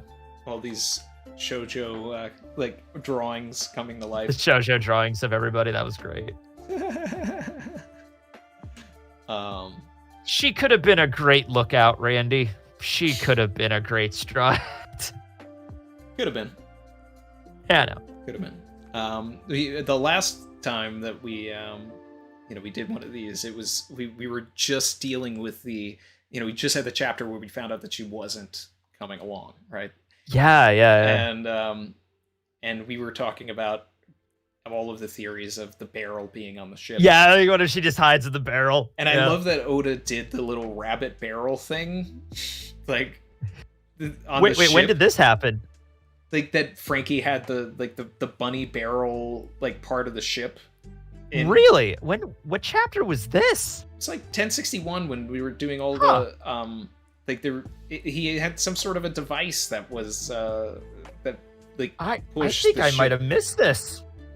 Was it like with the barrels, like when Caribou was like in the barrel too, or whatever? Yeah, but then there was something else. There was a barrel that had bunny ears, but it wasn't Carrot. It was actually like a part of the ship, and it was just like almost an Oda nod, like I saw your theories, guys, but that's not what we're doing. No, that confirms that she is on the ship, Randy. You're missing it. She is gonna pop up. I'm so excited now. Fable said Pagaya was saved by the Za. Oh, yeah. But no, yeah, Carrot, no. She's going to be the Duchess of Zoe, and long may she reign, I guess. I don't know. Yeah, she'll return in Final War. Terrence Matthews said, I need to see the Gear 5 Luffy grab Kizaru in the middle of him traveling in light form. That's fun. What I really want now is, since we were introduced to the idea of it was the rabbit propeller, and now that we've been introduced to the that thing, okay, yeah, that also confirms that no, she's on the ship. Yeah, okay. We were introduced to the photon gloves, right? Something that can touch light. Yeah, okay, so that one is pretty obvious. Yeah, so it makes sense to me that Luffy could, with Haki, grab Kizaru. I want to see someone that's not Luffy grab Kizaru using the gloves. No, yeah. Usopp, I want to see Frankie, like Usopp. Frankie would be probably the best one to have those things, because he's, his whole thing is not hockey or devil fruits. It's his raw science, his cyborg tech. So that would probably be the best for Frankie. And since you're such a huge Frankie fan, let's I am. Let's talk about Frankie for a little bit here, because okay, let's do that. Frankie, when we left him, he is still partially stoned. Partially. He could get out of this. He could get out of this. I am kind of hoping, as a Frankie fan myself, I want some drama.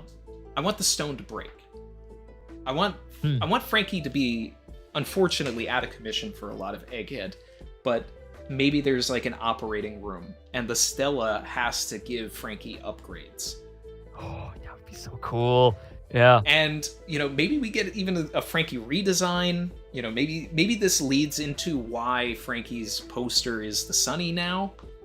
But it's also, I just, and shout out to Hidden Island, he's really pushing for green blood Frankie. I don't... Yeah, I saw that. I love that idea, but I also go back to Dressrosa with Frankie saying he doesn't want any devil fruit powers. But what if he is unconscious and he doesn't have a choice and he wakes up and he just has them? Yeah. I don't know. Would Vegapunk do that? He's Vegapunk. He might. Yeah. It would also be cool for him to have like green blood canisters, like he puts that in his fridge, and he could use them, but he could like switch them out if he wants to. So he has like the best of both worlds with that. Oh, I love that. I've talked about that too. Like, just booing off of Hidden's thing, but it's like, all right, I need to use the Niku. I need to use the Mero, and then like all the ones he just has on standby. Yeah. And maybe Blackbeard kidnaps Frankie. Oh my god. And then he has access to all the fruits. I have a feeling that Frankie is underutilized to the point where an Egghead right now, I feel like he would be doing way more stuff than he would be at this point. But then again, like the real fight hasn't started yet, so we'll see where this goes from here. And he isn't completely petrified, so he might, like you said, he might get an upgrade out of this or something. It was set up in Wano too. Yes, 100%. Sanji saw Queen and was like, rechargeable lasers. Oh, Frankie would love that. I was expecting Frankie to find a Queen's blueprints. I was expecting Frankie to get like they're in Wano with all this Sea Prism tech, like Sea Prism bullets, the one place in the country where there's the world where those things are actually manufactured. Boom, then he has them. I mean, I guess he still could, but like, yeah, come on, Frankie, get some upgrades, damn it. Pre-hockey, one of my favorite theories was that Frankie's strong right was going to become Kairoseki.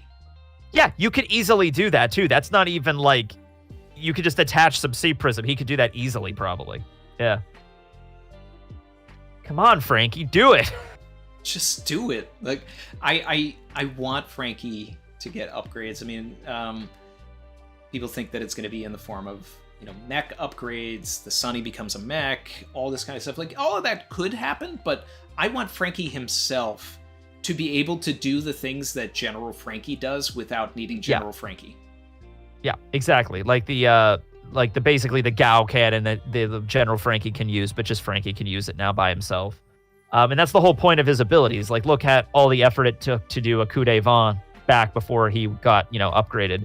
He needed like both arms for it, and he had to get that little connector rod thing, and now here he is. He could just do it with one of his arms, no problem. Even if if Vegapunk was able to give Frankie like a rechargeable power source, so that he didn't have to rely on Cola anymore and could just use lasers and anything at will. Even if it's just one chapter, I hope we get a Frankie-centered One Piece chapter where it's like Frankie, like after the explosion with S-Snake, Frankie stumbles in one of the labs and he figures out a way to depetrify himself, and he's just like, he gets an upgrade and here we go. Yeah. Yep. We don't see Frankie, for... As long as we didn't see Denjiro, and then out of the shadows just comes this new robot thing, and then oh man, Battle Frankie 39 ready to go. Let's roll. It'll be because he was 37 and 38 for the Shogun, so it'll be 39 and then 40 for the new Shogun, and then or maybe 40 will be the Sunny itself. I needed to adjust the BGM for this talk. I had to put the there we go theme on. Yep. Oh, I love that theme too. By the way, it's one of my favorite themes in One Piece. Hey, it's what starts just about every video I do. Frankie does Mountain Dew. Yeah, just upgrade to Mountain Dew, and he'll be set. He won't be able to be stopped. How American can we get? Very.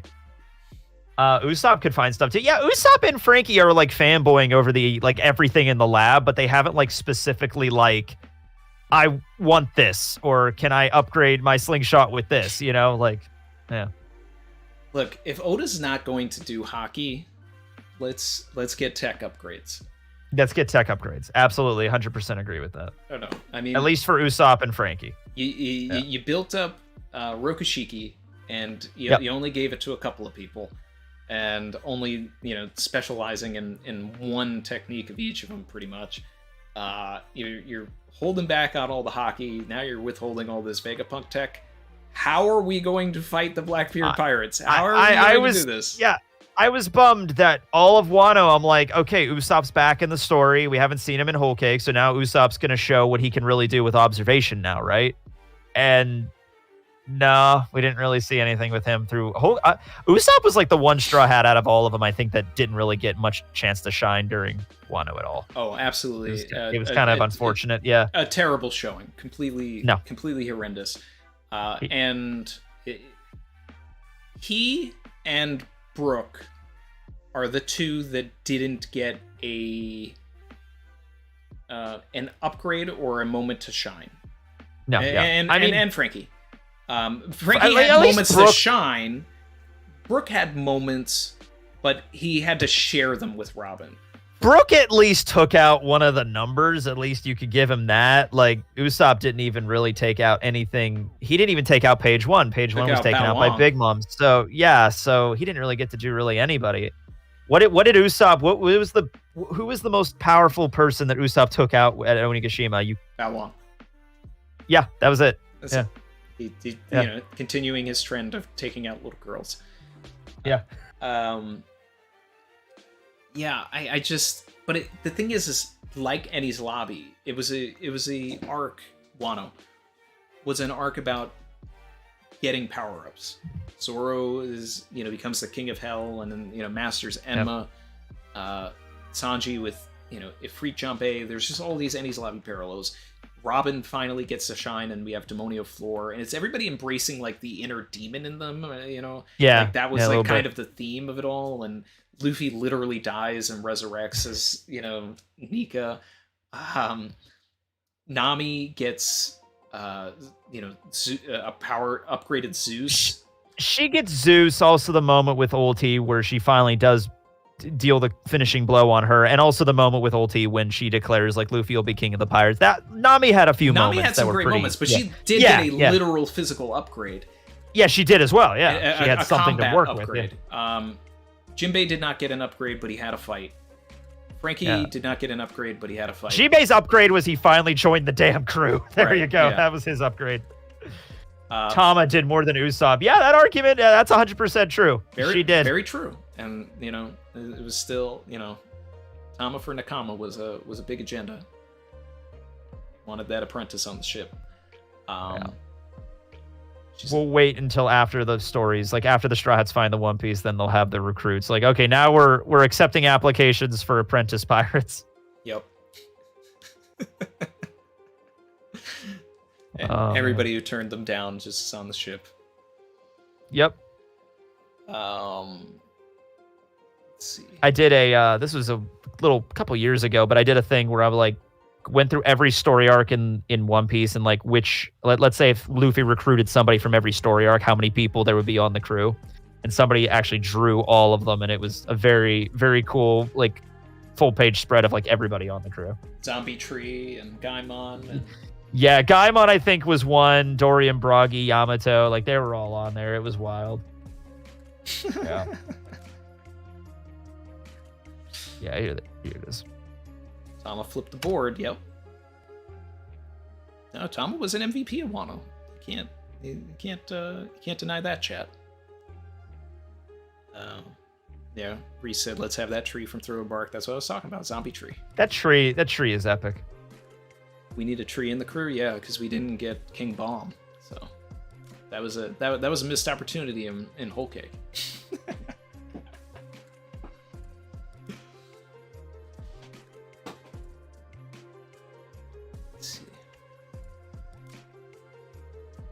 So, yeah. I mean, I think we could probably start winding down. Normally, yeah, it's like what, about 2 hours now? Yeah, getting close to that. Yeah, I think we're actually getting close to 3. Time has been zooming. Yeah, it's 3:06. Oh yeah, for me right now. That's right. You're in California, so it's like noon there. Yep. Chat. Any last things that you can think of that you'd like? Bring it on. You'd like Tekking and I to, cook about. Cook about. Yep. But either way, we are, as always. Someone cooked here. Someone has cooked. I think we tackled a lot of. I always get off on tangents, so I apologize. But we discussed a lot of stuff today. Oh yeah, no, we definitely hit a lot of topics, and thanks for having me on again, dude. It's always a blast to talk to you, man. You too, man. You too. Randy was committed and actually drove to my house at one point, guys. All right. There's only 2 YouTubers that are my friends that have ever actually been in my house, and Randy's one of them. Yeah. Yep. Well, and the other one is British, so he doesn't even count. Well, you come to LA, man. You do one of the cons or anything. I am kicking. I mean, I went to a wedding I had to choose between going to a wedding this year or going to Anime Expo, and it's one of those things where after the wedding was lovely. It was one of my best friend's brothers was getting married, and I've known him ever since he was a little kid, because I've been part of their family for like ever. But after the wedding was over, I'm like, it'd have been cool to go to Anime Expo again to see everybody having dinner and everything, man. Next year I'm going. Yeah. Cool. I'll see you then. Yeah, nice. Maybe we'll do another dinner. Do something, yeah. Because we had it was a pretty fun meetup. I mean, we had Roger, King of Lightning, Volume 1 podcast, Parvision. He flew out for one day. Like, he didn't even, I don't know if he even went to the con. He just came to the dinner.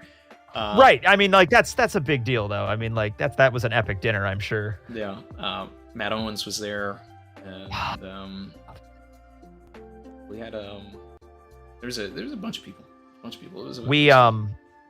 We were there last year. We did the One Piece D&D crew for our little Dungeons and Dragons thing we do on Rustage's Twitch. So there was 5 of us that were all there, and we did our panel. So now that ended, and we're doing One Piece D&D Marines now, and we just started it like in June. So by next year, we should have like 20, 30 episodes under our belt. We could do a live episode there. I think that'd be pretty fun. Yeah. That was a blast. So many people came to that. Like we had like 300-400 people in that one D&D session, and I was like blown away there were that many fans. Wow. It was like on the Monday too. It was like the last day of the con, and I was so blown away by it. Well, buddy. Yeah. Yeah. How many subscribers do you have now? It's like 714, but I'm still blown away that like, oh, you want to see? Okay, sure. Yeah. And there's a concentrated amount of, like your fans in one place in the world at that moment. Like, yeah, they're gonna come in and say hi. Thank you. Yeah. Yeah. I mean, even I have a fraction of what you have, and I still was getting stopped at Anime Expo by a couple of people, and that was that was cool. I got stopped so many times at Expo last year that like I kept feeling bad. Like I needed something to hand out, so I got like a pack of M&Ms, and I'm like, oh, hello, here, have an M&M, And Noble, Lost Paws, he's like, quit handing out M&Ms to people. It's weird. I'm like, they keep coming up to me. I have to keep handing them something. Yeah. Have chocolate here. In a post-COVID world, maybe we need something else. Yeah, maybe that is fair, but hey, no, that was the only thing I had. All right. Let's see. And one last look at the chat here. Sure. Oh, they want we didn't tackle Shanks and Garling. So that's right, we did not. I think they're father and son, if that's relevant to anything. I think so as well. Father and son, and I think when Whitebeard and Shanks met on the ship, Whitebeard had that line of like, every time I look at you, it makes that scar that man gave me ache. And it's like, okay, that was probably Garling, who probably fought with Whitebeard at God Valley. That makes sense. Yeah. I've seen that brought up a couple of times, and I mean I like the idea that was something that was set up back then, but I can't help but think that the context was intended at that time to mean Roger, but maybe it could change and alter. Yeah, and it's like I meant Roger when I wrote this, but I'll go with this Garling thing now. I don't know. See, that thing is, the way Whitebeard said that line to me, it seemed like he had some contempt for the person that gave him the scar. Like, looking at your face makes that scar hurt. Like, that kind of shit. And it's like, Whitebeard and Roger were good friends. They were rivals, but I don't see it as like, looking at your face reminds me of that son of a bitch. Like, I don't think it's like that. Yeah, I think it was like somebody he hated. Yeah. Well, I think, it's... I still could see it working as Roger, because it's like they still it could. They still fought, even though they would did. Party afterwards. It was a rivalry, but they didn't hate each other. I wouldn't say they hated each other. Right. I mean, Mihawk and Shanks had some drinks, but the first thing they were saying was like, "Hey, you ready for a duel?" It's like, yeah, right. But once again, I wouldn't say they hated one another. It was just friendly competition. But it's like he sees Shanks, who is going back to that, it's the daddy theme of One Piece. If Garling is his real dad and everything, Roger is his real dad.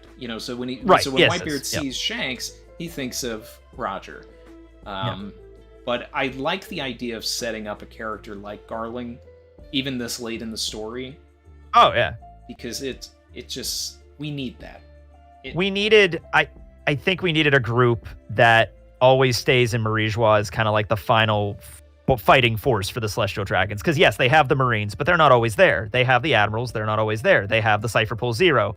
they're not as strong as they used to be. You know, like Lucci's powerful. Luffy could take him no problem. So we need like a really powerful group, the best of the best of the best that are always there at Marie Joie. That was my defense for it, because a lot of people were like, are you upset with this, you know, being this late game in the story? And it's like, no, because even though we have so many characters to deal with, when we get to Marie Joie, we don't have a lot of characters that on that side that are going to be able to take down our team. So we need a new faction that has just been in the shadows, that is going to be, that Oda can gas up to a crazy degree. Are directly under the thumb of the Gorosei, or even maybe Eam specific, and it's just like, okay, they don't get involved unless Eam gives them an order, something like that. Yeah. Or they're like the judiciary body that polices Celestial Dragon matters and whatnot, from what we've seen. Yeah. Who's Pudding's dad? You know, that's another. I would have been cool to see more of the Third Eye tribe at some point, like the actual tribe, where do they live, what's their whole deal, you know? Yeah, I would actually love if we got if we eventually met like who the father is, because it's just, I don't even really care about Pudding's dad, honestly, but just like that tribe came out of left field, right? That wasn't even on the auction list. Like the Snake Necks were on the auction list before we met them. And it's like, oh, okay, dwarves were on there, I think. And it's like, okay, that sets up the tone. Third Eye tribe came right out of left field. Lunarians did as well, but they're like, that makes more sense because they're so rare. Right. Yeah. Yeah.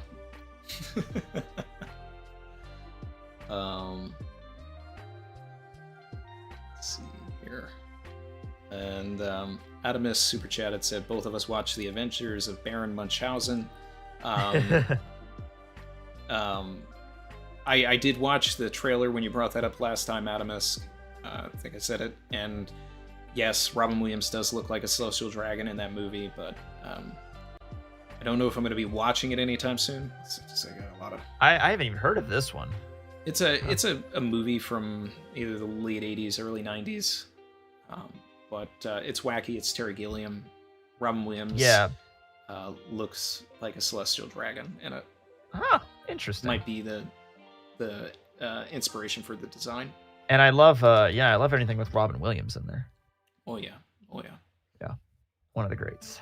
And then I'm sure, because there has been so much that has been happening in the last just so many chapters, that there are things that we definitely probably didn't cover, just like we didn't talk about Carl. But we covered a lot. And I want to thank everybody for coming out today. I want to thank Tekking for joining us today. Of course, Barry, yes. Reese just revealed who Pudding's dad is. It's Tien.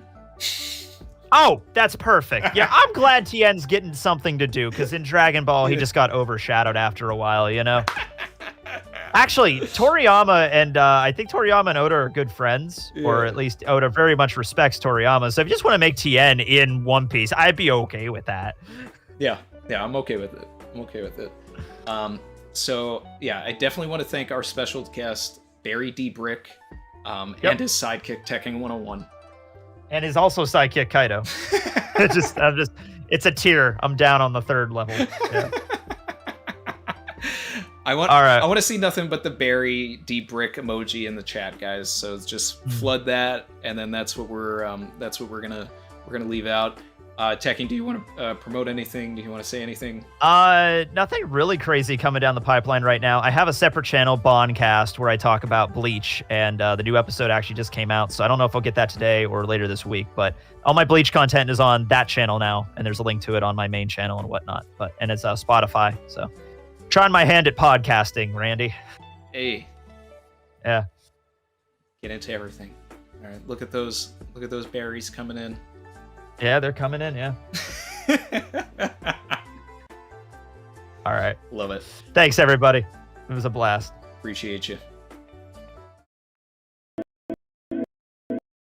I've been swimming deep, deep. Savage. All right.